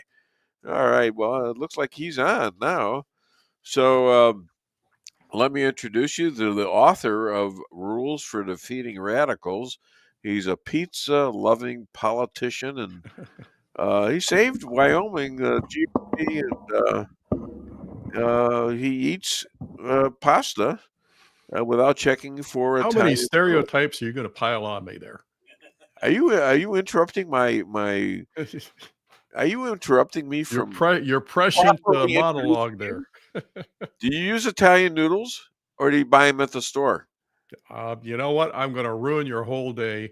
We have to use non-gluten noodles, and there's a long story behind that I'm not going to go into, but yeah, they're not legitimate. But okay, I rest my case, Your Honor. Yeah, we're having some sort of technical difficulties. Oh my gosh. I apologize for showing up late, but I had no link to the show all of a sudden. And everything's been kind of glitchy. So well, I go off, had some problems with that. Yeah, I think it's on your end, but if I go off all of a sudden, I'll be doing the backup plan and I'll be back on in a second. One way or another, you're going to go off. I can guarantee. Oh, that. I got a lot to. I hope so. I've got a lot to say. You notice it's in red. It says, "Don't forget, it's Dave Weinbaum at 9:30," and then you're ready for my me, notes, right? Are you ready for me? Okay, tell me what you want to do. What's your biggest issue? Okay. Oh gosh, where do you even begin with that? What the biggest issue is? There are so many. I want to take one that's going to sound like a total rabbit trail, but I want to explain something that I think our side needs to understand, a basic failing of human nature. And what I want to talk about here is Elon Musk's idea of his American Party. And what that actually reflects, if you watch Elon Musk, now there's lots of things I like about him, but there are things that he just doesn't get. And this is going to sound really strange, but so please let me explain it. Elon Musk's American Party, what I've been telling people, they look at me like I've grown 2 heads. I've said it is a dress rehearsal for his Mars colony. Okay, now does that sound really strange? But here's the thing. If you watch all of his discussion of his Mars colony, what it is we're going to go over there to Mars and we're going to start all over and we're going to do humanity properly this time. Okay. And we're going to just do it without all this other stuff that's been done wrong. We're going to go over and it's just going to be utopia. Okay. And if you listen to his American Party, it's the same exact mindset. It's like, well, the Democrats are obviously just totally off the deep end Marxists, and the Republicans, they're just a bunch of blind Trump supporters. The American Party is going to do it right. We're going to start from scratch and do it all, and it's going to be perfect. It's going to be in the middle, and he makes all kinds of these other platitudes. Now, think about a Mars colony of 1 million people. What are you going to have there? You're going to have criminals, you're going to have drug trafficking, you're going to have, you got humanity there, okay? You get 1 million people in one spot and they've got no government. What do you think you're going to have happen? It's not going to be... He's going to have the American He's going to have an American party that's going to govern the people of It's Mars. going to be just utopia. We're not going to have any of the stuff that the Republicans and Democrats. Has he ever?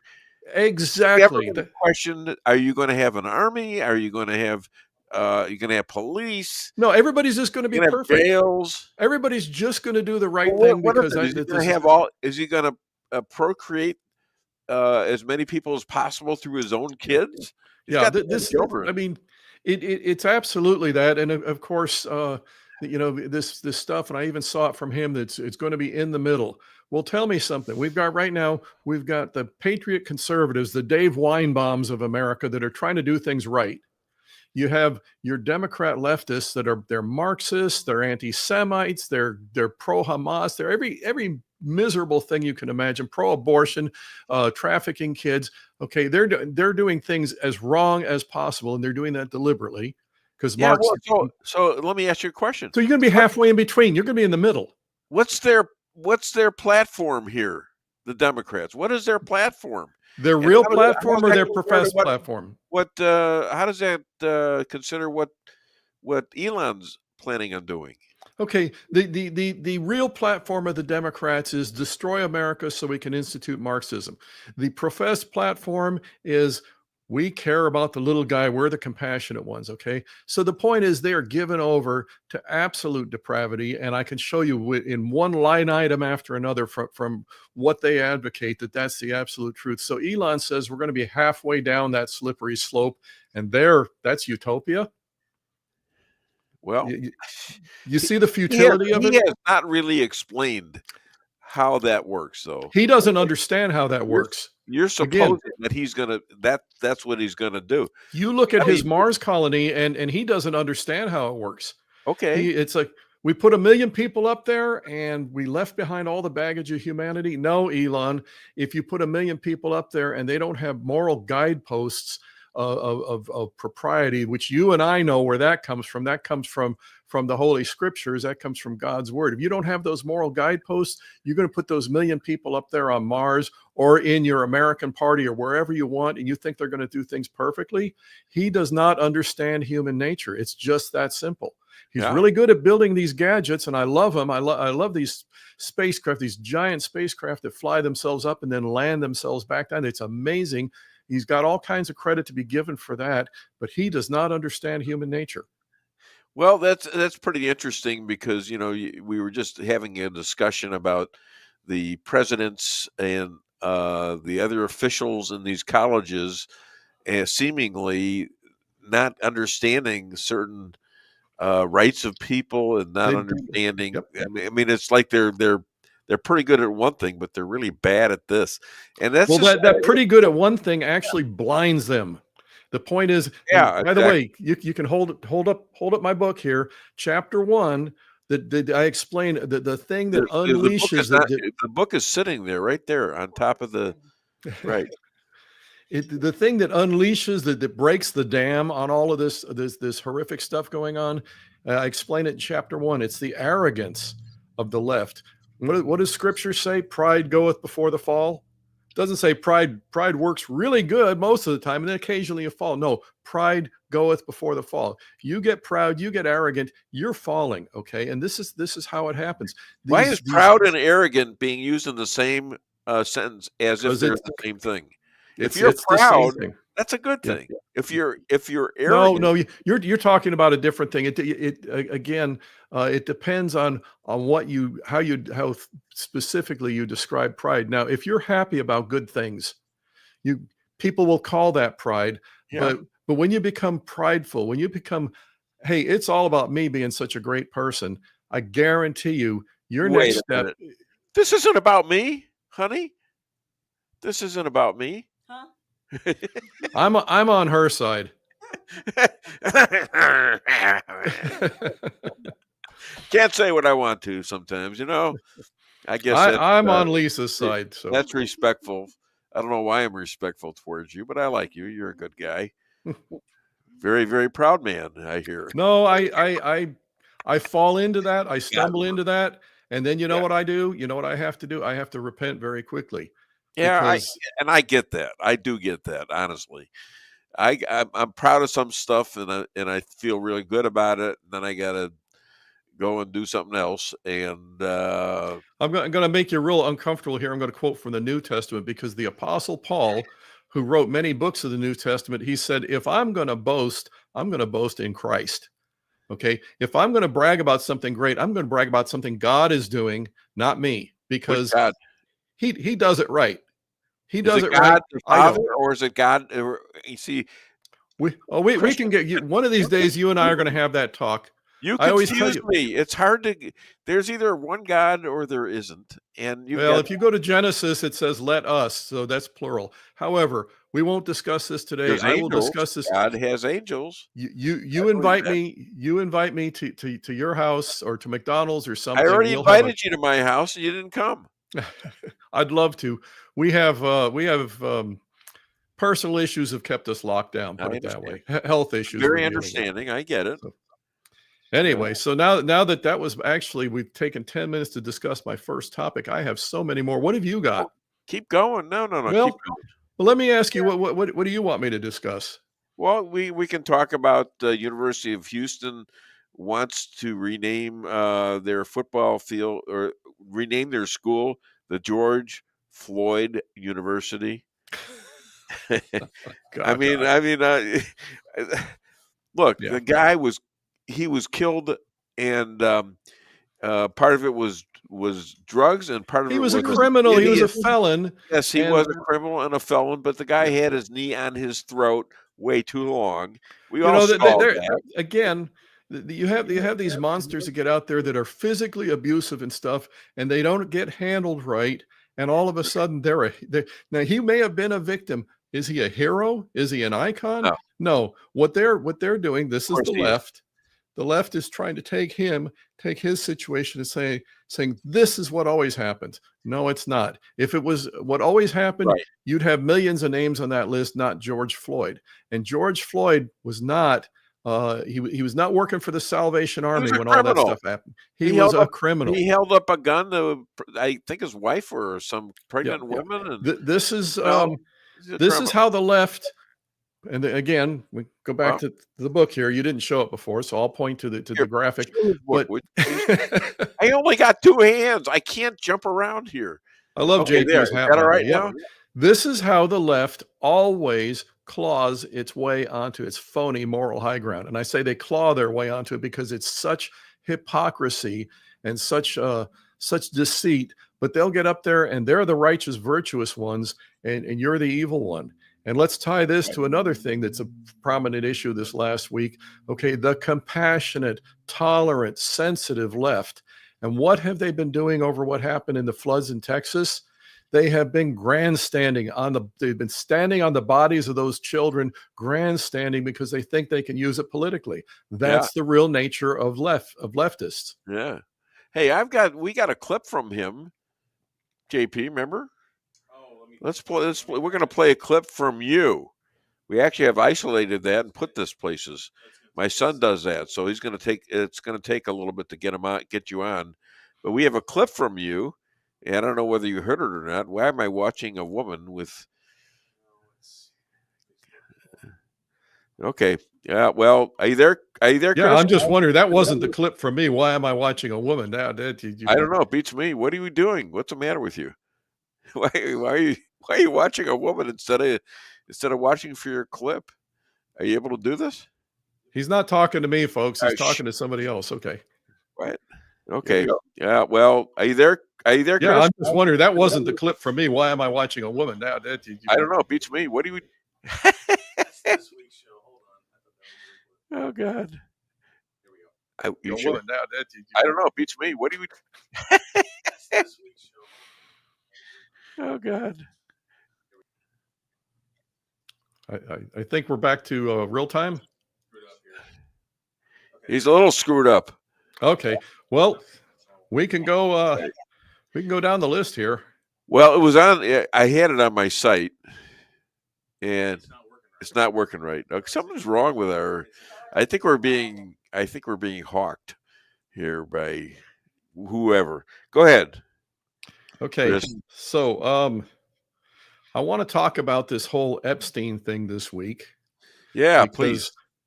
I'm going to tell you, I have two conclusions, and I'm going to say this very, very with much certainty here. We have only two options here.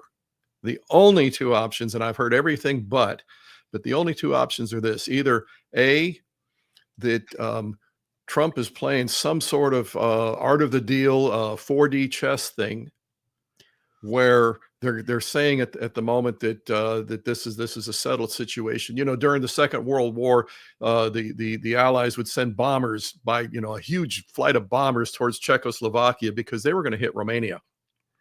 And so this was a decoy, sending everybody off in this direction while they're going that way. Okay, so you always keep the enemy guessing as far as what you're really up to. So either that's what's going on here, and what they're doing is they're saying, yeah, nothing to see here. We got the video, nothing to see here. And they have a bigger plan because they know they've got to get that enemy. Either that, or what you've got is the equivalent of, you have a person with stage 4 cancer here, and you're cutting one tumor out of their toe, and you're saying, okay, see, we're dealing with the disease. No, you're not. Right. You're not dealing with the disease. So I'm optimistic. I think that this is much bigger and deeper than any of us understand. And yeah, we'd like to see these people marched off in their little orange suits right now. And yet, if you do that, you're still leaving the cancer in place. I don't think that's what they're doing.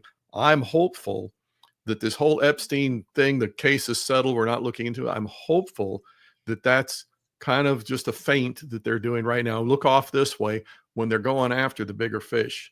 Because if they literally have settled this Epstein situation, if it's literally settled the way they say it is, that cancer is still in place. Yeah. You have somebody with stage 4 cancer. Most people understand there was a list, and it was, and Bondi admitted she had the list on her desk. Yep. Okay, and now she's claiming this is not what they thought it was, and you got Bongino and Cash at FBI saying nothing to see here. Nothing to see here. So either I don't understand the complexity of what they're saying here, unless they're trying to draw people who are on the list into believing that they're cool now. Exactly. You get it, Dave. You literally do. This video, this 11-hour video, the video that shows us what didn't happen. Okay, this is just a video of nothing. Okay, and it's got glitches in it and stuff like this, and it shows us nothing. And that, to me, you know what I describe that as? I describe that as the equivalent of that video is as validating as Obama's PDF birth certificate. It's phony. We all know it's phony. It doesn't show you anything, and it's not doing what it's supposed to do. It's not proving anything. Okay, now they know that. They know that we know that. So do they really think this is going to blow over? No, I don't believe they do. I don't believe people like Bongino. No, of course they know that. I don't believe he's going to sell his honor. Now, he might at this point, you know, it's like the Allies saying, yeah, we're bombing over there. Oh, you're lying because you're really bombing over there. Fine. If he's doing that, he will be redeemed. He'll be restored at the proper moment. Okay. I think strategically he may be doing things like that. I've not. I mean, he's coming through on everything else. Right. Certainly, he didn't tell Iran, well, I'm going to go there and I'm going to do this. It was kind of a surprise, wasn't it? Yeah, exactly. And it worked. And it worked. No U.S. casualties. None. Right. That's amazing. Yep. No U.S. casualties. Yeah, it was miraculous. 36-hour flight from Missouri, Whiteman Air Force Base, Missouri. Yep. Where my father was stationed. Oh, was he really? Oh, your father was in the Air Force? Well, he was in Whiteman. Okay, good for him. He did there, but anyways, he was in the Army, and my uncle David, who I'm named after, he went to Germany. He was a tank commander, and got killed by a couple of Nazis just days before the war was over. Oh wow! Yeah. But yeah, back to the original thing. Yeah, The bombing, the B-2 bombing that we needed to do, and Trump wasn't coming out the day before saying we need to do it. It's going to happen. He's kind of talking about this and talking about that, and boom, it happens. And so the only two alternatives are we're in that same situation with them draining the swamp, or the only other alternative is they become part of the swamp. It's a possibility. I refuse to believe it at the moment. I don't see Trump being part of the swamp. I see maybe people like Waltz or something like that. That was the guy that was Kamala's running mate. No, I'm speaking of another guy. Oh, okay. Guy was in the cabinet, and he got demoted because he had that journalist Goldblatt or something like that. Remember that? No, and he was on the list. It was supposed to be a secure list, and he was like in charge of security. And on a phone conversation with all his cabinet, this guy's on the list. Remember that? In Trump's cabinet? Yeah. No, I guess I'm not connecting this one. And he moved them somewhere, and I haven't heard about him since. But let's talk about 2 days from now. Yeah, July 13th. Okay, that's the 1 year anniversary. I'm still on topic, by the way. The 1 year anniversary of Trump almost being fatally shot. Okay, right. I mean, we're talking this far from a fatal injury. Exactly. This far. Okay, he knows that God kept him alive. Number one, he said as much. He knows that. Now, for him to be burying the whole Epstein thing, he would have to be at this point taking sides with the people who took that shot at him. He would have to be taking sides with that effort. And I don't believe he's doing that. I could be wrong. You know, people have done stranger things. We can talk about King David, you know, that in the latter part of his reign in ancient Israel and some of the things he fell into. But the point is that it can't be anything in between. There's no way that you're going to make a little bit of concession to the deep state. That's like leaving a little bit of cancer behind. It doesn't work that way. You leave a few tumors behind and somebody's got stage 4 cancer, you get most of them, they're dying. Yeah. And Trump absolutely knows this. So when this whole issue of Epstein comes up, at the moment, I'm going to tell people, don't listen to what he says, watch what he does, because that's the way he plays his art of the deal. Right. And I'm not saying he does it perfect, so maybe I could be wrong. But if you watch so many times in the past at these junctures, that's what he does. Let's see, we got a note up here. Here, you got Richard Lockwood, a frequent guest and a friend to the show. I believe that they are trying to cover up the Epstein material because it might have been set up by our government as a sting operation.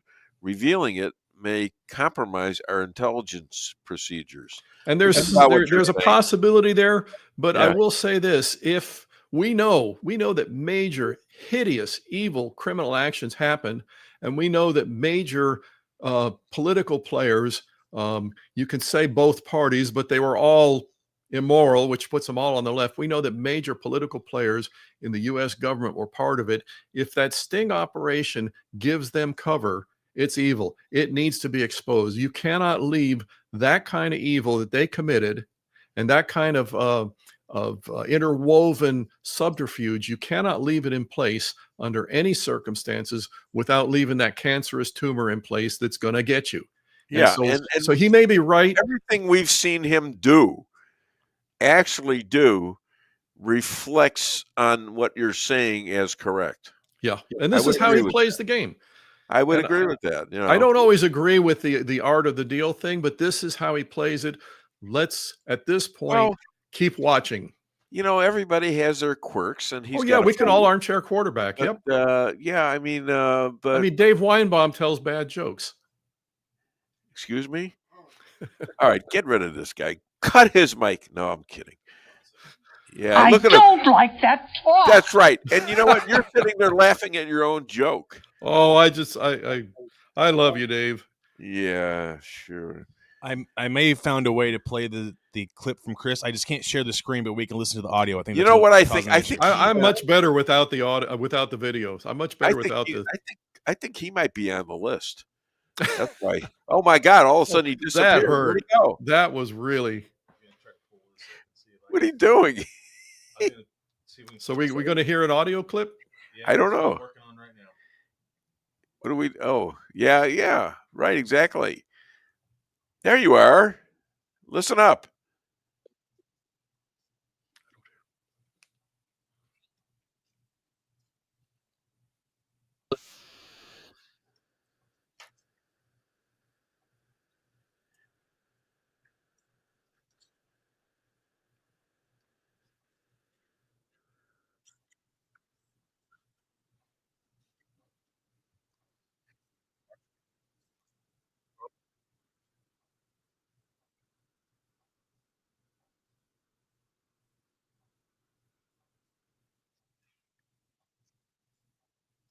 That's it. Okay. What did you think? I didn't hear any of that. All I can tell you is if it was actually me, it was brilliant, but I didn't hear any of it. Well, that's what you get for picking on me, I guess. I guess you guys just cut my sound here, so I couldn't talk or couldn't listen or whatever. So, so what was I saying? Now you're insulting. Well, no, I'm being prideful. Now I'm being prideful. Intentionally shutting you down. Oh my gosh! So what was the clip about? If you could paraphrase, it was about how smart you are, and we tried to make you look good, Chris. And even if you don't eat Italian food right, and you're Italian, I don't, forget about it. What can I say? So, Chris, that was from your last appearance talking about New York City and how they're trying to socialize everything. You talked about us coming together, trying to unite to fight all of this social activity they're trying to do in New York City. Yeah, it was actually a pretty good clip of you.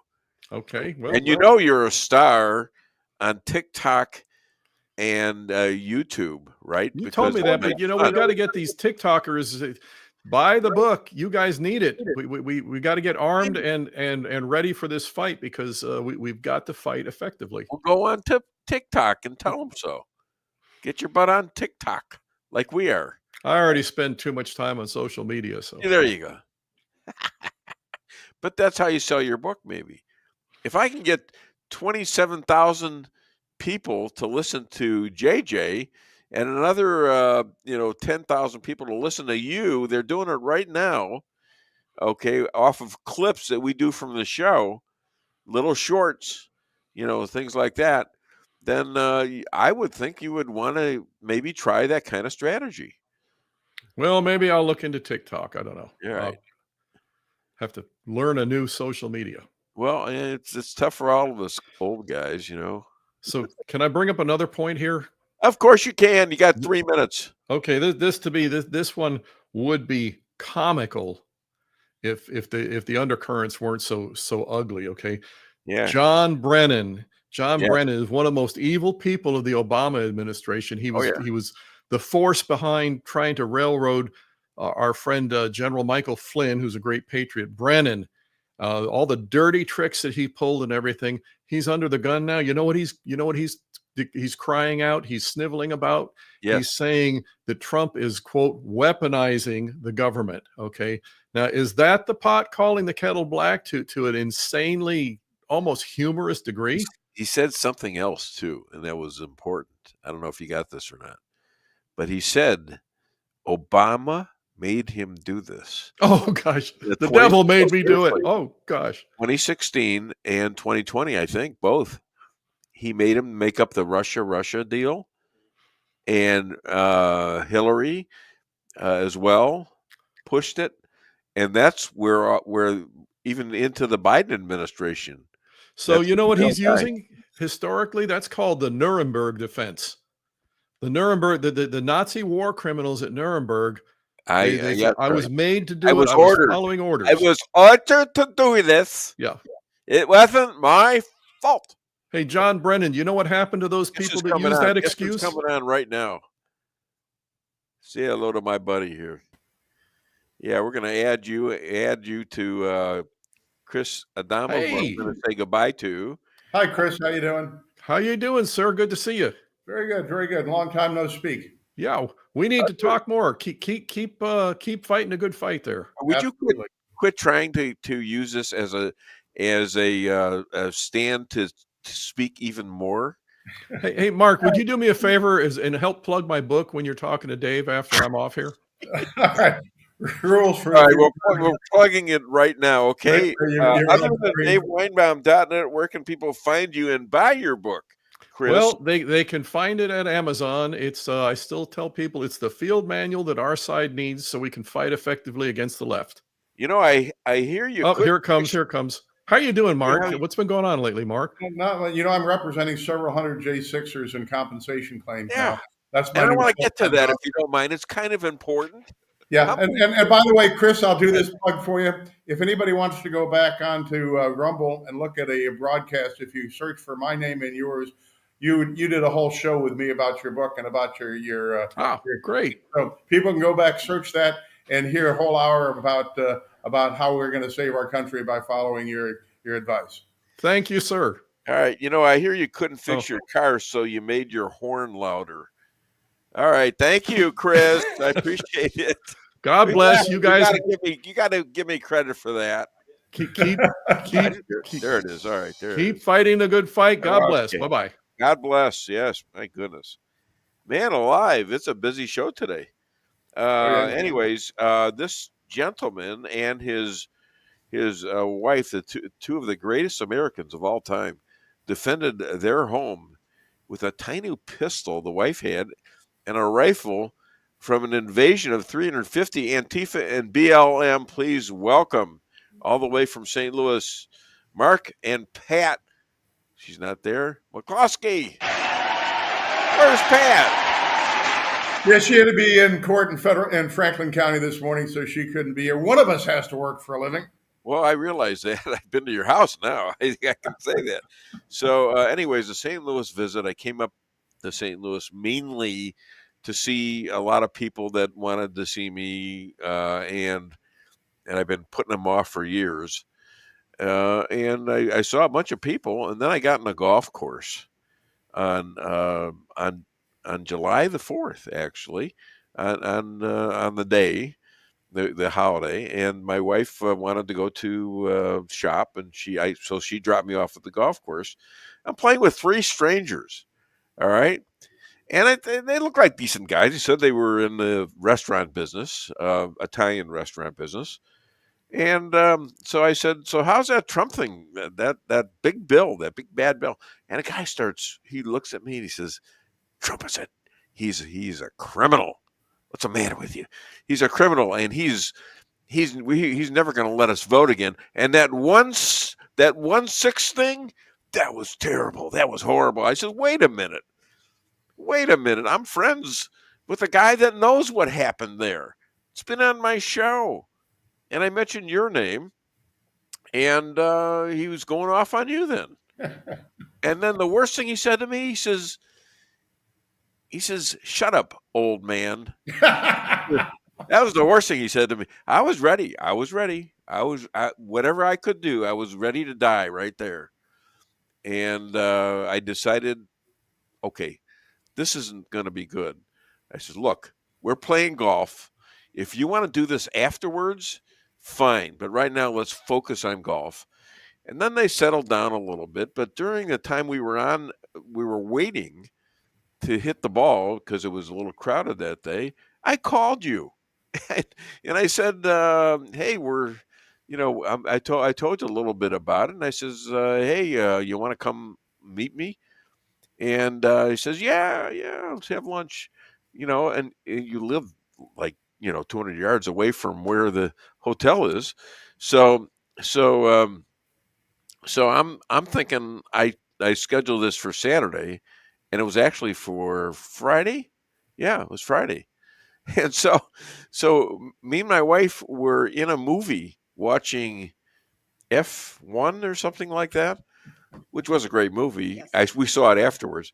And then I get a call from you because I'm still nervous that I tell him today. I'm pretty sure I told him tomorrow. And sure enough, he says, there's you on the phone saying, guess what? You coming in? Are you coming down? Because we were in the hotel because they have a movie theater there. How's that? That's pretty cool. Anyways, we had a great lunch, and you bought the lunch. Thank you. And then you said, why don't you come over to my house and take a tour? You gave me a tour of your house. I don't know how much you want me to go into this, but what an amazing place that was. I'll let you tell the people what a great place this was. Well, it's nice, Dave, because on Thursday you said tomorrow, and then when I was talking to you on Friday morning when I'm there waiting for you, you said, yeah, I thought I said tomorrow, and you said you did, Dave, but that was yesterday. Yesterday's tomorrow is today. Funny how this time stuff works. Quit picking on old people like this. Quit picking on old people like this. That's wrong. Come on, man. So anyway, no, we've got kind of a nice house. It was Yes. It was built by the original Adolphus Bush for his daughter Anna, who was married to the son of his best friend. Adolphus Bush's best friend was a restaurateur named Dave Weinbaum. No, it was named Tony Faust. And Tony Faust's son was Ed Faust. Ed married Anna Bush, and they built our house to be the largest and most ornate house in what was in those days the Western wilderness. St. Louis was the biggest city on the edge of the great unknown in those days. And we've owned it for 38 years and been restoring it and never-ending progress and never-ending process, I guess, and filling it with antiques and period Renaissance antiques. It's a house that's designed to be a Italian palazzo from the Renaissance. And so, it's what we do. Other people play golf, like, young men like Dave. But other people play tennis. We're in better shape than I am, so what the hell? I got to do something, for God's sakes. I mean, I'm 76. You're what, 52? I am 68 and a half. Yeah. It's just hard, clean living and thrift that gives me that, and the fact that I'm a vampire gives me this youthful appearance. Yeah. And I looked up the Faust house on the internet, and it told the story about you, and it was very nasty to you. Oh yeah. Oh yeah. I'm serious. You ought to look that up. You might have a lawsuit there because they have just blasted you to hell. Oh yeah. You can't even mention the architecture without saying that it's now owned by those evil gun-toting lawyers. Yeah, exactly. And they pick on you because you're a lawyer. And oh my God, that's a horrible thing, especially if you have injury. You do injuries, and are you chasing people or something? I don't know what the hell it is. But no, they were nasty. Gee. Oh yeah. Anyway, same guy that wrote that article was playing golf with you last Saturday. It could have been. Could have been. They settled down afterwards, and they didn't want nothing to do with me afterwards. We shook hands and got the hell out of there. So I told them, hey, listen to my show. What the hell? Anyways, thank you for the house tour. That was something. I didn't expect any of that. My wife is here. It was really breathtaking what we saw there. It's phenomenal. And after we got done looking at you, then we saw the house, and it was great. Anyway, Megyn Kelly investigated. She says to investigate Obama, Hillary, as well as John Comey and Brennan, and jail them if guilty. Fight lawfare with lawfare. Now, what do you think of that? Well, when I was running for U.S. Senate, every night, every day, 3 or 4 times a day, when I was giving my stump speech, I'd say the reason why people have lost confidence in politics, lost confidence not just in the Democrats, but in the Republicans and the whole system, is that nobody is ever held accountable. I mean, people that walked in through open doors being held open for them by Capitol Police and walked through the velvet ropes and fist-pumped cops and sang the national anthem, they went to prison. But, Nancy Pelosi, Mark Milley can commit treason. The FBI and the Department of Justice can weaponize the departments against the President of the United States and against his party, wiretap his campaign headquarters. What was Watergate about, right? Watergate was about some idiot burglars allegedly trying to bug Democratic headquarters. Here we have the United States of America on completely false pretenses, bugging the campaign headquarters of the Republican candidate for president. Nobody's going to jail. I mean, and you know, the first time around, Trump said, "Oh, you know, we're just going to give Hillary a bye, give her a pass. We'll just move forward." Well, you saw how that worked out. You know. Yeah. So I suspect something's going on with the Epstein paper. We were just talking about that with Chris, and you know, I suspect that's not over. I suspect there's a little something's going on that we don't know about, and it's not. I'm not calling them dishonest. I think it's a ploy to get more people indicted and make them fall into the trap. I hope so. I hope so. I'm hoping it's not just all a big cover up. I'm hoping, you know, if you watch Candace Owens, she's doing a number of podcasts on this, but the bottom line is, I think that so many people show up on that on the client list that no longer exists.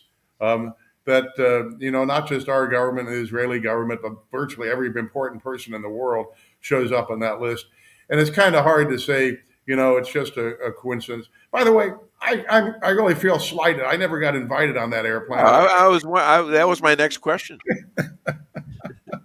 Which flight were you on? But you know, when you've got the president of the United States, who used to be always saying, you know, as soon as I get elected, we're going to release all this, you know, Jeffrey Epstein client list. We're going to burn all these people, all these pedophiles, all this.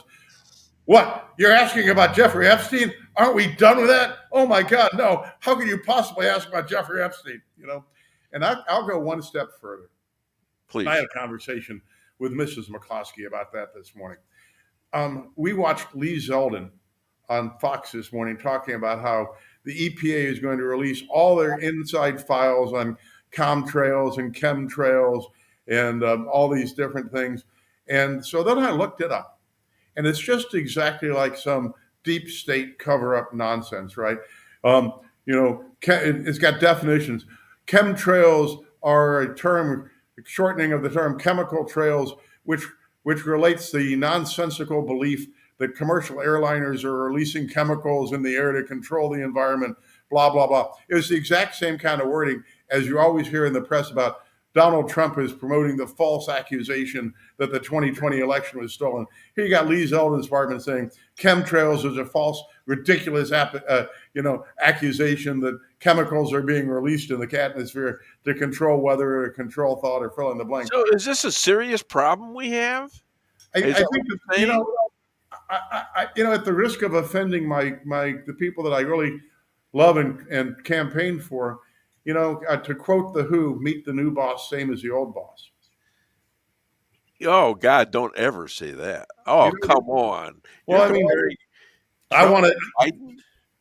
No, God, no. But where's Pam Bondi? Where are people getting? We're 6 months into the administration. And why aren't there indictments? Why don't we do to them what they do to us, which is arrest them now? You agree with me that, and Kelly, that we need to do this only but we got to use the law, the laws, and not make up stuff. Yeah, exactly. But arrest them under the law. Mark Milley, Nancy Pelosi, they admitted doing treason, right? What was the treason of Pelosi? Okay, on January the 5th, 2020, she has a phone call with Mark Milley, and she says, "You know he's crazy, don't you?" Meaning Trump. Milley says yes.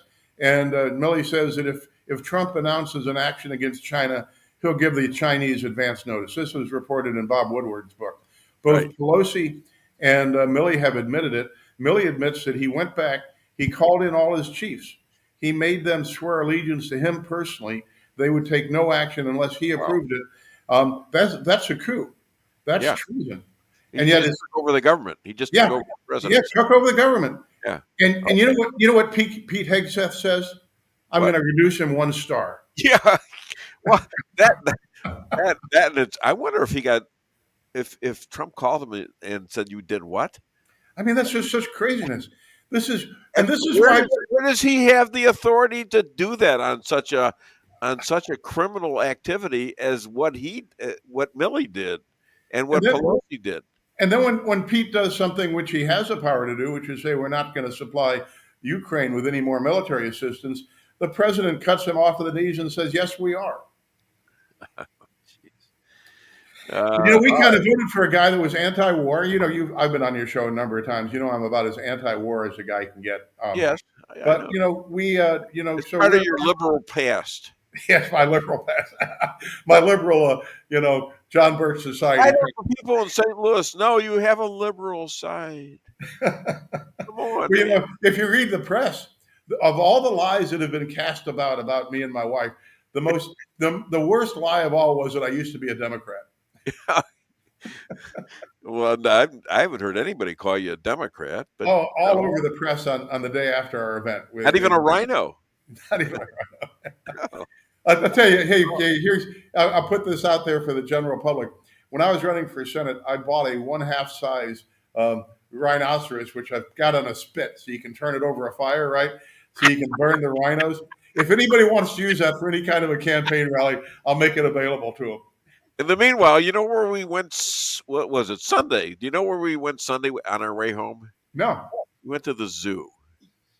And we went to the zoo because she wanted to go to the zoo. I really wasn't up for it. There was no animals there. There was her. She wanted to see the lion cubs. There was one cheetah or something in one cage, and no lions at all. Well, unlike human beings, the animals have the sense when it's 130 degrees outside to go hide inside their cages. Yep. Well, but they were inside and outside, and we didn't see anybody inside or outside. We saw. Well, what? I saw tigers and cheetahs, and she's talking about when I had to go to the car and cool off. No, you were sitting on the bench. I was sitting on a bench. All right, yeah. I'll bet the camels and the giraffes are outside, right? They like the hot weather. I don't know. Were the camels and giraffes out? There was definitely a camel and zebras. A camel and a couple zebras. No, right. I got on the train, the little train there. Uh-huh. I'm getting old. My knees are starting to hurt. And I knew that was, and it was my suggestion too. I said, let's get on the train. So I get on the train, and my gosh, it's like you got your legs have no room. Did they mention to you, Dave, it's a kiddie train?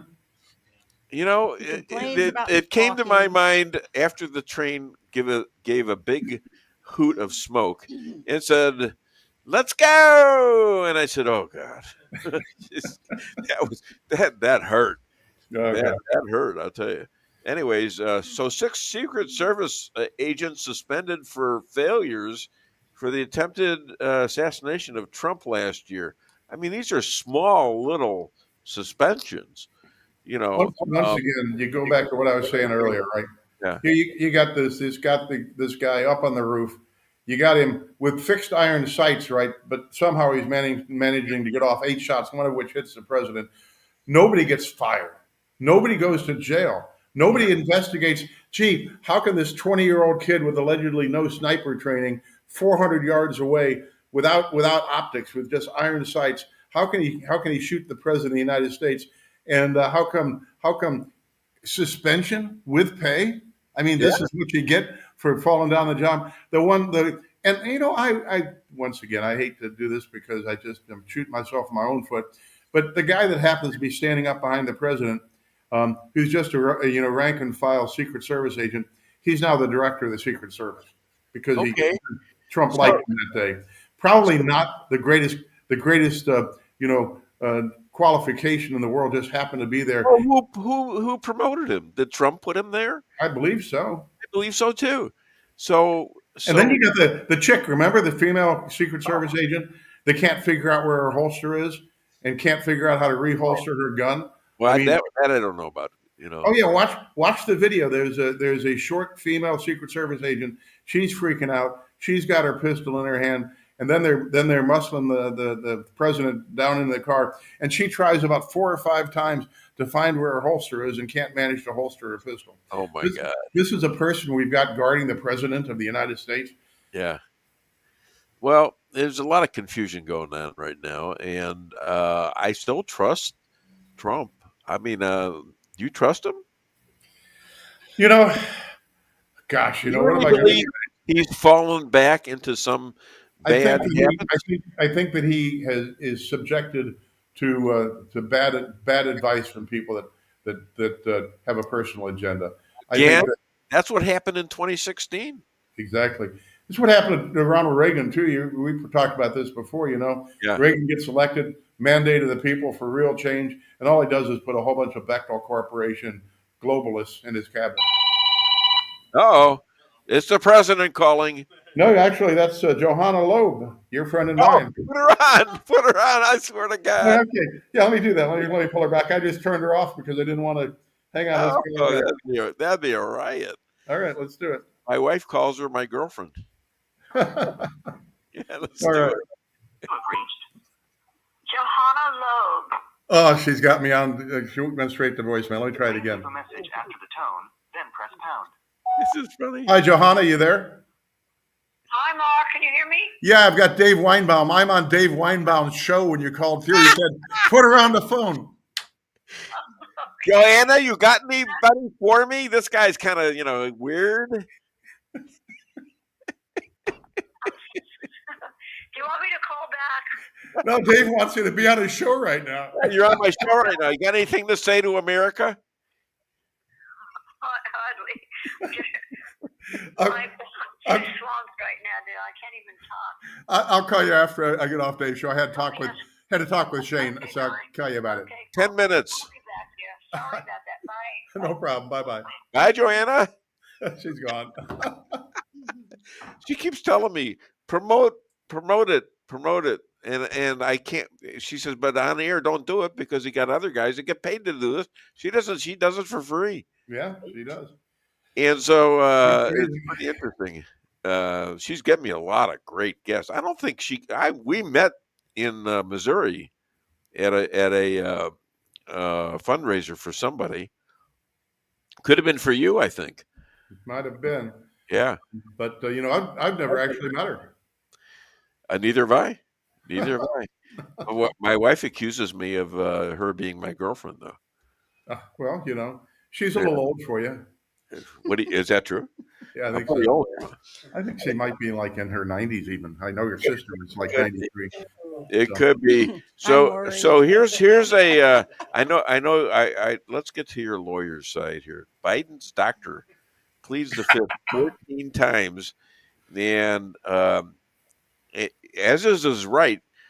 But they asked him also if anyone told him to lie about Biden's health, and he took the fifth on that. Is that kosher?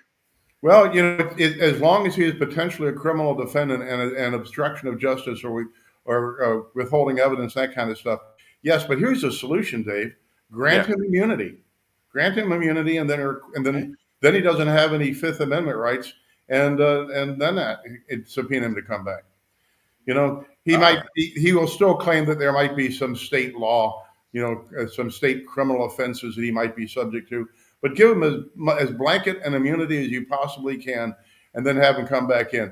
But in the court of public opinion, there's no presumption of innocence.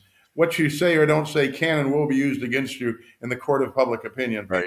And when the president, when the president's doctor says, "I can't say that for fear of going to jail," you know what the answer is, right? Sure. Yeah. So because of you, I took on AI Grok, and I beat him or her, whoever they are. I made them compare 1/6 to all other riots on federal property all over the country with damages the last 10 years. Arrests, cost to the taxpayers, jail sentences for criminal behavior. And it just made 1/6 look like a huge fix. Yeah. Okay. And I just wanted you to know that this is interesting because it's AI. This is supposed to be the honest truth, isn't it? Well, and yet it came back with comments made by like the Biden administration. Well, let me be just absolutely serious about this. Yeah. There's no question that Antifa was allowed to run wild. My wife and I were the first people in the country to stand up against Antifa. But Enrique Tarrio, the leader of the Proud Boys, as you may remember, got criminally charged for burning an Antifa flag, at the same time taking it off a building and burning it. He got sentenced for that. Where at the exact He wasn't same time, there. I'm sorry? He wasn't there. Well, he was there for that one. That was in Oh, he that was? was in December, I guess, or November, one of those rallies. But here's the thing: during that exact same protest, Antifa was actually grabbing American flags off of human beings and burning them. Enrique gets charged criminally. The Capitol police officer that he's communicating with gets charged criminally and convicted. All those Antifa people that were burning buildings, burning American flags, assaulting people, they don't get charged. They don't go to jail. Out of the 350 that was my people, point. yeah, I know. Out of Yeah. the 350 people that broke down my gate, Right. threatened to kill me, kill my wife, burn down my house, burn Oh, my there must have been 200 in jail by now, right? yeah. Well, if my house had been the Capitol building on January 6th, all those people would be in prison for the rest of their lives. Most of the people, I've talked to hundreds and hundreds of them now, most of the people charged on January 6th walked through doors or opened for them by the police, fist bumped the cops, sang the national anthem, chanted USA, USA, and when asked to leave, they left. And they got charged with crimes. They got their houses swatted. They got their careers destroyed. They got threatened with life imprisonment if they wouldn't roll on President Trump, which had nothing to do with it, right? Right. These are just moms and pops, guys like you and me that are out there to support their president. And they got threatened with life in prison. Some given years and years in jail. All of them had their livelihoods destroyed because of social media. Sure. And yet Antifa burns down buildings. Look at the news this morning. Out in What? California, Customs and Border Patrol is trying to round up some kids that were being held as slaves at a dope plantation in California, and they go under attack. People throwing rocks, people throwing fireworks at them, people shooting at the Border Patrol agents. Are all those people going to go to jail? They put out a $50,000 reward for the guy that shot at one of the cops. But what about all the other people that they're rioting? What about all the other people that are throwing rocks at police cars? Yeah. In the old days, you throw a rock at a police car, that's assault on a federal officer. I had clients of mine from January 6th who threw empty water bottles in the direction of a policeman just to get rid of it, not to actually throw it at a policeman. They got charged with assault on an officer with a dangerous or deadly weapon, right? That's a felony too, isn't it? Yeah. So But you can tell I don't feel very strongly about any of this stuff. Well, let's talk a little bit about your job representing the 1/6ers, and you're representing all the pardoned ones. Is that correct? Yes, with the folks that Trump gave a pardon, I represent some of the people that did not get pardoned. I mean, there were 14 Proud Boys and Oath Keepers that had their sentences commuted rather than pardoned. And of course, we're working to get those pardons too. But the vast majority of these people were just moms and pops out there, showing their support for the president. And everybody's seen the picture of the cops escorting them in. Yeah, Everybody knows that happened. How do they not understand? And they're walking around with each other. It's like they're tour guides. Exactly. And people come in, they didn't have enough toilets in D.C. for the 1 million people that showed up that day. I can't tell you how many people I talked to that said they went into the Capitol building to ask the cops where a restroom was. The cops say, go down here, take a right, then take a left, use the restroom, and then they left. Those people all got charged with serious crimes. Now, did they get charged on the spot, or were they charged at their homes? At their homes. And, here's a typical scenario. Days, weeks, months, sometimes years afterwards, the FBI will call up and say, hey, can we talk to you? They'd have a conversation. It's nothing, don't worry about it. And then sometime down the road, once again, weeks, months, sometimes years, sometimes 3 years, the FBI shows up in their front yard with a Bearcat in the front yard, 50 people suited up for war in full armor with machine guns. Sometimes my youngest one, I heard 4 years old, opens the door, 30 laser dots on his chest from FBI officers, pointing machine guns at 4-year-olds, hauling all their families members out, hog tying them, for trespass. The FBI never arrests people for trespass. Nobody in the history of America goes to federal prison for trespass except J6 defendants. And what's with the FBI and this seemingly war with the ones that were there then by Patel and Cash, by Patel and Bongino, that these guys, they were there when this happened, and they were responsible for executing those orders. Yeah, and I think there needs to be a bottom up investigation. And like I say, I would take the deposition of the FBI agent on site that pointed his machine gun at a 4-year-old kid, and I'd say, what kind of a reprehensible bastard are you to point a machine gun at a 4-year-old? And he's going to say, well, it wasn't my idea. I was told to do it by my boss. Yeah, there you go. Take the boss's deposition, right? What kind of a reprehensible bastard are you to order your FBI agents to point a machine gun at a 4-year-old? Oh, it wasn't my idea. It was go up there. Goes up to the top. Yeah. The very top, doesn't it? It does. And then Merrick Garland's got to answer that exact same question. Yeah. And if he points at the White House, so we got to go to whoever was actually acting as president when the moron was up there. All right. By the way, I have next on. I have Jeff Zink. Yeah. By the way, so you're welcome to stay. You probably don't want to, but unfortunately, I can't say hi to Jeff for me. I will. And Ryan, you're still representing Ryan? Yep. Okay, that's great. Listen, thank you so much for what you did for us on our little vacation there, and always nice to see you and your wife, who is out there slaving away apparently. Yeah, absolutely. Well, next time I'll make her do it, even if I have to get a continuance or something. So other than Dave Weinbaum show, where can people find you? You can find my law firm at McCloskeyLaw.com. We're still, once we get down to J6, we'll be back to slugging it out in personal injury cases. I'm on X at McCloskey USA.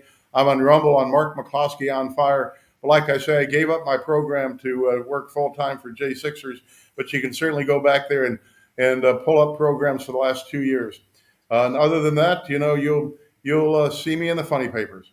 They used to call me Prickly, but then they shortened it. Or as my biology teacher. What do you know about funny, you bastard? My biology teacher in prep school said, if you don't like my quizzicals, wait till you see my testicles. No. Got to give him a little, come on. All right. Okay, my friend. Take care. Bye-bye. Right now, Jeff Zink. Just say hello to yourself. Hi, Jeff. How you doing? Hi, Mark. How are you doing? Oh, pretty good. Pretty good. You do the interview. No, I'm kidding. All right. Bye, Mark. Bye, Jeff. Hi to your wife, Patty. I sure will. Okay, thank you. All right. This is a wild day, my friend. A wild day. Crazy day. And so with me right now, what's that? Huh? What? Oh, okay. Kinesiologist, politician, expert at forensic election audits, did all sorts of great sports in college, Division I, and also in refereeing. He's a preacher. Please welcome. I think he's in Phoenix, maybe. Jeff Zink. So what is it you said? You said, so the last show was the best you've ever been on. Does the word schmuck mean anything to you? Or maybe putz? How about Meshuggah? What the hell's that? Yeah, if we can give you a hard time, you know how well loved you are by, guys that give you a hard time. So yeah, but I get back at you guys because you know what? You know who called? Who called McCluskey just now? What? Joanna Lieb. And I says, so who was that? He says, it was Joanna Lieb. I says, fine, put her on the show. And he did. He put Joanna Lieb. She doesn't want to go on shows. That's funny. Yeah, she's a connector. Joanna Lieb has connected me to this gentleman. I'm using the word, very, very cautiously, and a lot of other people. I don't think I met McCluskey there. I met him at a fundraiser here in Missouri. Mm-hmm. So, but a lot of people on this show. have entered via her, and she has great guests like Jeff. So what did you mean by that? Anyways, that was the best show I was ever on. Well, the main thing is like I said, you when we can give you a hard time, you weren't there to defend yourself, so we took advantage of the fact to rib and kid you. We took it, and now you're blaming you're blaming the people there. You're blaming Hardwick and Mayhew. Too? Yeah, Bill and Don. It was and my understanding was multiple people before me actually said that. Well, you know what? I listened to the show. You didn't know that, did you? I didn't hear anybody badmouth me. Oh, not even my producer, who he could have done it. He even played bits of me. What, ivermectin? Yeah. So yeah, you were sorely missed. That's for sure. I did miss you. Okay. Well, I miss being on the show. No, because I needed it. I needed to get away. All right. She needed to get away. And and first things first, Shabbat Shalom. Yeah, Shabbat Shalom. Thank you. Yes. Now he's going into he's making up for it because I called him a bunch of Jewish nasty words. No. Yeah, Shabbat Shalom. Thank you for that. So I was just trying to discuss Ryan and the cases for the 1-6ers. So what's going on? What's well, going on? The sad thing is that we got everybody pardoned, and then unfortunately Edward Kelly has been tried and convicted and put in life in sentencing. I disagree with life sentencing, although I'm not 100. Who's Edward Kelly? Okay, so he was a J6er that was shown entering into the Capitol, actually broke one of the windows with a 2x4, went in. They have him walking around and stuff, and he was convicted on that. And of course, President Trump pardoned him. Okay. He gets out, and then my understanding of the case, he started plotting and thought it was okay to put a plot together that was going to kill Capitol police officers. He was rearrested on that information that was being released, and then he was tried and convicted and given a life sentence in prison for plotting that. So it's one of those things where we've got a J6er that's going to spend his entire life now in prison, and I still don't think that we're gonna have to take a look at that case a little bit closer and make sure. But if he was plotting somebody's death, that's not condoned by any of J6ers. Right. So this guy, why can't he get his thing commuted by Trump? He was pardoned on the first accounts of being in the Capitol on January 6th and stuff. So, but this was something afterwards. These are new charges. These are new charges that were brought up against him. And so evidently they had enough that not only did they get a conviction, but in the sentencing, the judge, and the thing is, don't poke the bear. These judges are, very vindictive, especially for what's if they get a second shot at you, they're going to take it. And did I ask who was his judge? Well, the judge was the one who did the sentencing. My understanding, it was not a jury trial; it was a bench trial. Okay, was it Boasberg? No, it was a different judge that he went before.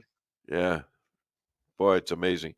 So the M&Ms now. Let's talk about the HHS here.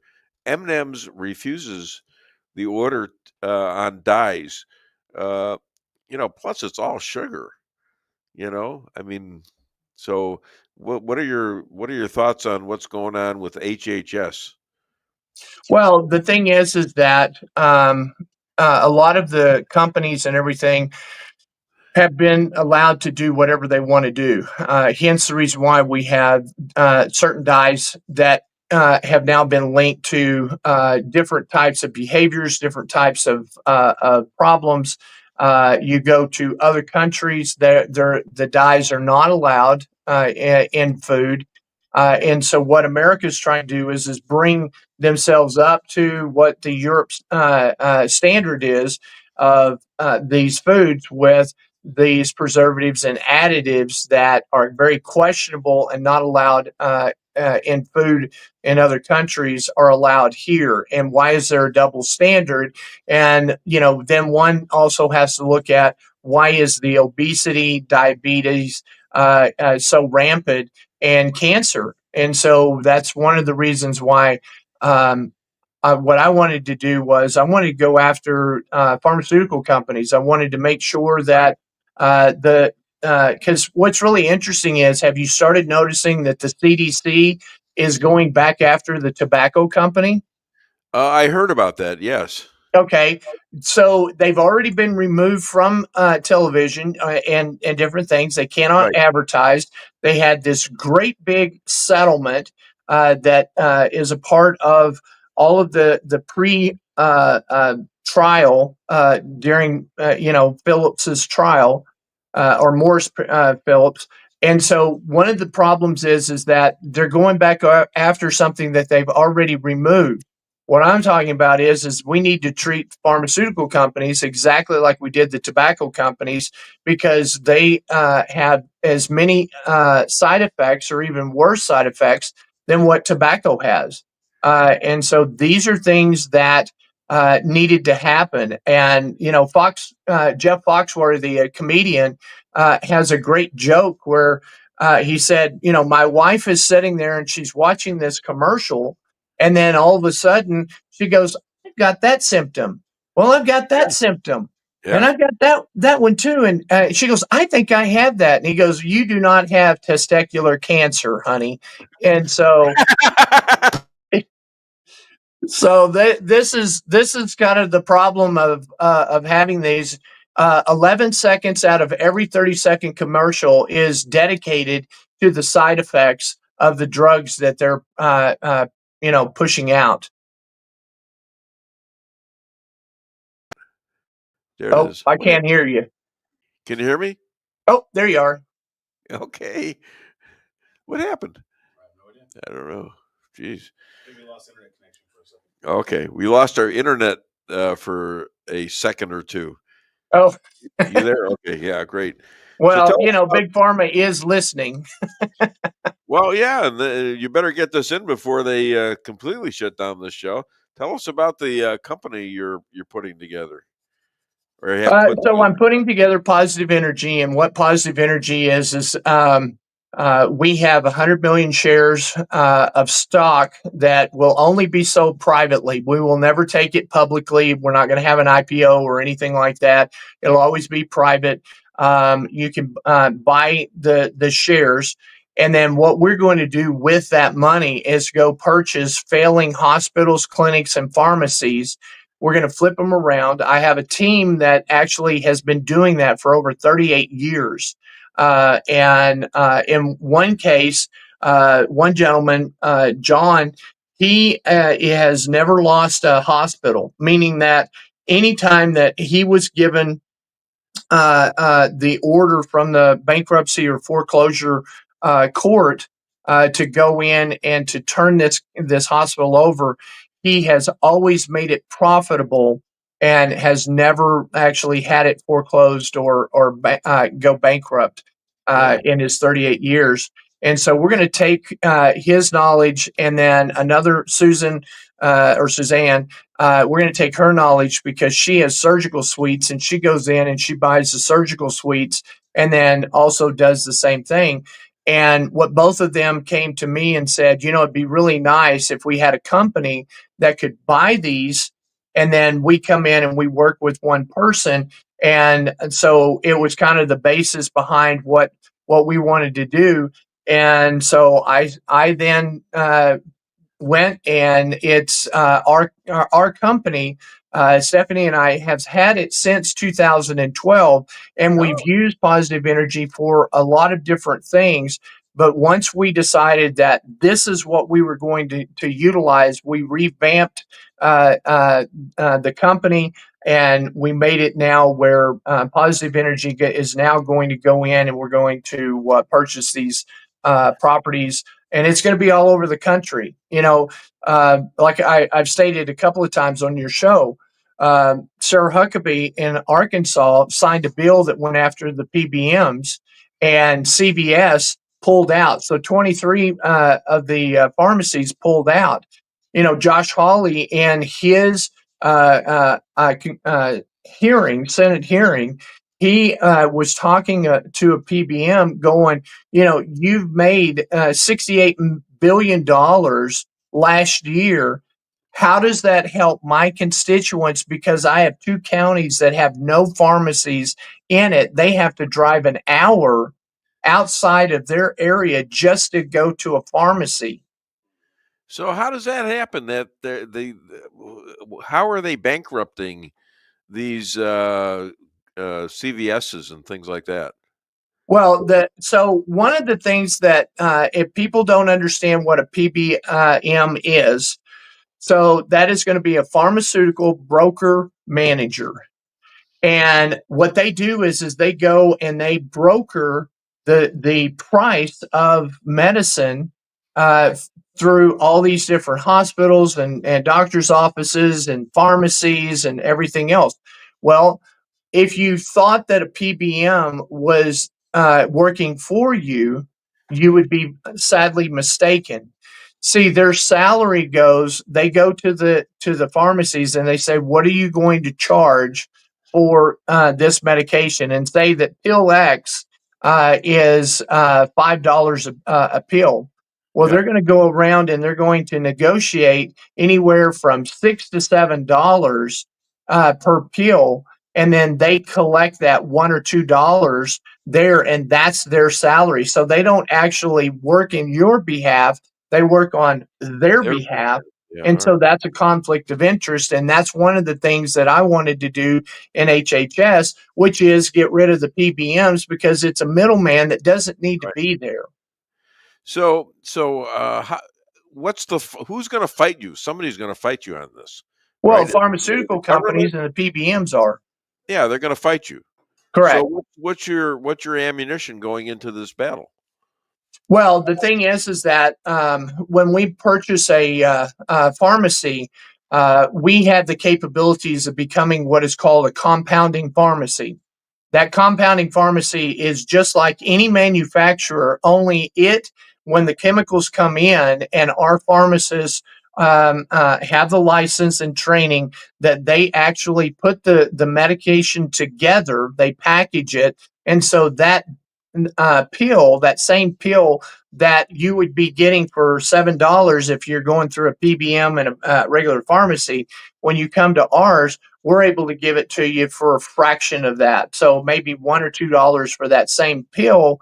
And yet we're able to control from the beginning of the chemicals coming in, being compounded, and then going to the patient. We're going to be able to test and do the quality control and stuff. One of the things that I've stated over and over, we have a national security issue in the fact that China controls a lot of the pharmacy drugs that are coming over to America. And if they wanted to, they could poison 2/3 of America, and we could lose a huge part of our population. Did you ever hear of fentanyl? Fentanyl is one of them, correct? And the cartels and all that, come correct. on. And it gives credence to the money going to the bad people. And so one of the things is that we want to be able to be above board and only make the medicines and make them safe for Americans to take. And so this is one of the things that I'm proposing. And was going to when I was being looked at by HHS. Removing pharmaceutical commercials, removing the PBMs, bringing manufacturing onto American soil so that we can control what is taking place. We can get the dependence off of other countries, and so these are the issues and problems that I said that we could save $88 billion. And we don't have to have congressional or Senate approval. It's already in the policies. We just have to implement those policies, and nobody's doing it. And they're allowing these pharmaceutical companies to run rampant and to do whatever they want to do. And, like I said, 11 seconds out of a 30-second commercial is allocated to the side effects of what these synthetic drugs are doing. Sure. And that's one of the problems that all over the internet. You've got correct. You've got Levitt making commercials. I mean, they're actually doing commercials for things that ought to be non-politicized. Well, one of the things that also is disheartening is the fact that you get into these traps. So one of the things is that we know in 1990, when statin drugs came on the market, in the mid to late 90s, we saw a very big spike in dementia, Alzheimer's, and everything else because of a combination that was given. The statin drugs are very hard on your heart, but they were also using cholesterol lowering. And the thing is that cholesterol is what our brain runs on. If you lower that cholesterol down to the levels that they want to try to get you to, your chances of having Alzheimer's and dementia increase significantly. So what my we wife need to is do, hitting me on the arm right now. That's a finger tap. Yeah, Finger tap. That's a hit to me. Where have you heard this before? I don't know, but I'm feeling pretty good lately. Have you noticed? I'm trying to get him off his statin. Yeah, I have a statin. Oh, okay. So one of the things is that that's what we're considering. Yet you're fine because I've been taking it for years. We're concerned about his dementia. Yeah, I'm glad dementia. Yeah. Jeez. God. I'm not the subject of this. Well, the thing is, the doctor tried to do that with my mother-in-law. They stated that she needed to go into a statin drug into cholesterol lowering, and I was very blunt with her. I told her, I said, if you go on there, we won't have you by Christmas and stuff. And I said, as much of a pain in the butt that you are to me, I would much rather continue that and you stay around for a very long time to aggravate me and stuff. And she liked that idea. So she's not on those drugs. And we actually went to a naturopathic physician. And what's really interesting is that we've changed up all of her medication, got her off of synthetics. We got her on plant-based. And on 4th of July, we were together. And she literally stated that she was feeling better. And it's the first time in years that she's felt better. And so these are the types of things. And that's one of the problems that the pharmaceutical companies and what CDC and everything's doing, they need to stop. And we need to have a government that's protecting the American people, and they're not doing that. What foods give you cholesterol? That what now? What foods give you cholesterol? A lot of your fatty foods and omega-3s can give you. How about meat, like steaks and things like that? Yeah, I mean steaks and stuff. You want to make sure that it's cooked well enough that you don't want to eat raw meat where there's a chance you catch parasites and stuff. That's another issue or problem that people have, is that they've picked up parasites. And there's parasite, protocols that are now coming out. And what's happening is that some of the cancers and things that people have had are parasite driven. And so what we're doing is we have, fenbenzanol, we have ivermectin, we have, different things that will kill those parasites, get them out of your body, and stuff. And then, one of the companies that I partnered with, and what I tell everybody is that, we have a white paper that was done independently of all of the oncology clinics across the United States.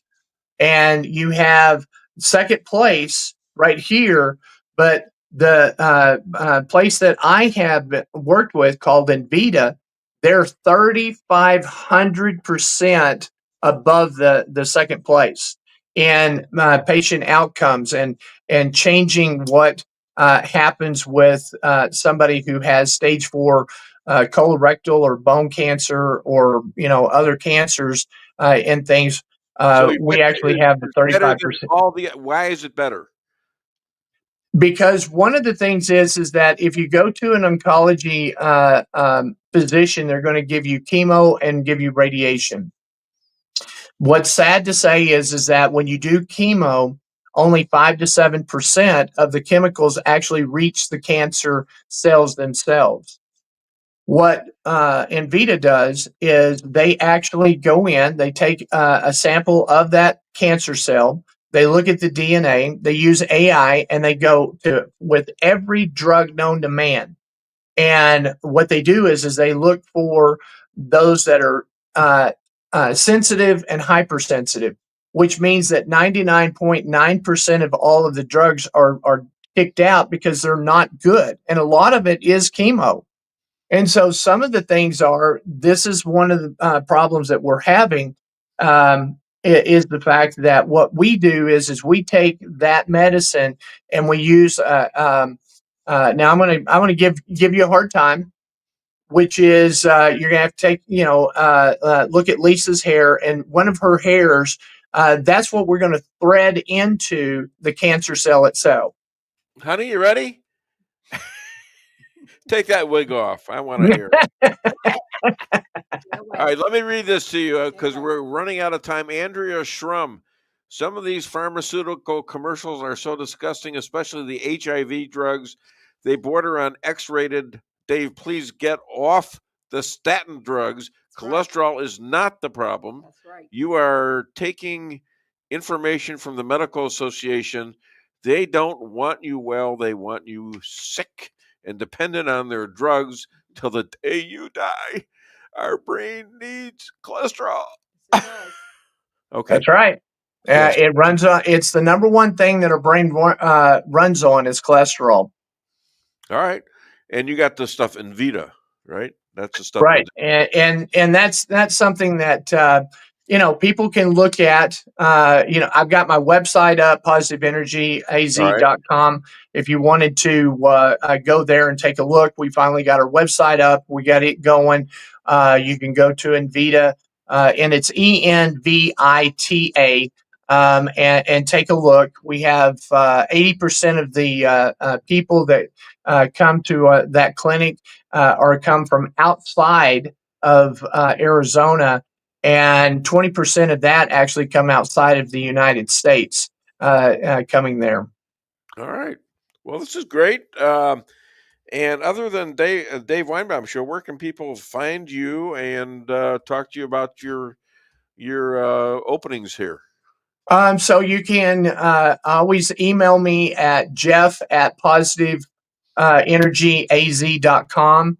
You can go to Invita as well and look at their website. Call them if you have concerns. If you have cancer, they can walk you through what they do and stuff. And then basically one of the great things too is that we're looking at, we've also put an insurance company together backed by Lloyd's of London that is able to go to employers, and we can save them money on their taxes, we can also increase the bottom line of employees. And so it's a win-win-win situation for everybody around. These are things that if you put in the bottom there that you're interested in, again, Jeff at positiveenergyaz.com, and just put, I saw it on Dave's show and stuff, and we'll be talking about what we can do together, Dave, with that. All right. So why were Vikings such good farmers? Vikings as farmers? Yeah. I have no idea. Norse manure. Okay, that was a good one. Thank you. And thank you so much for being a star in the Dave Weinbaum Show. We got 20 seconds to go. So hi to everybody in Phoenix, and thank you so much for being a friend and contributor here to the show. I'll be back with another edition of the Dave Weinbaum Show. I got to drag out 6 seconds. Next Friday. And I think this one was actually the best show.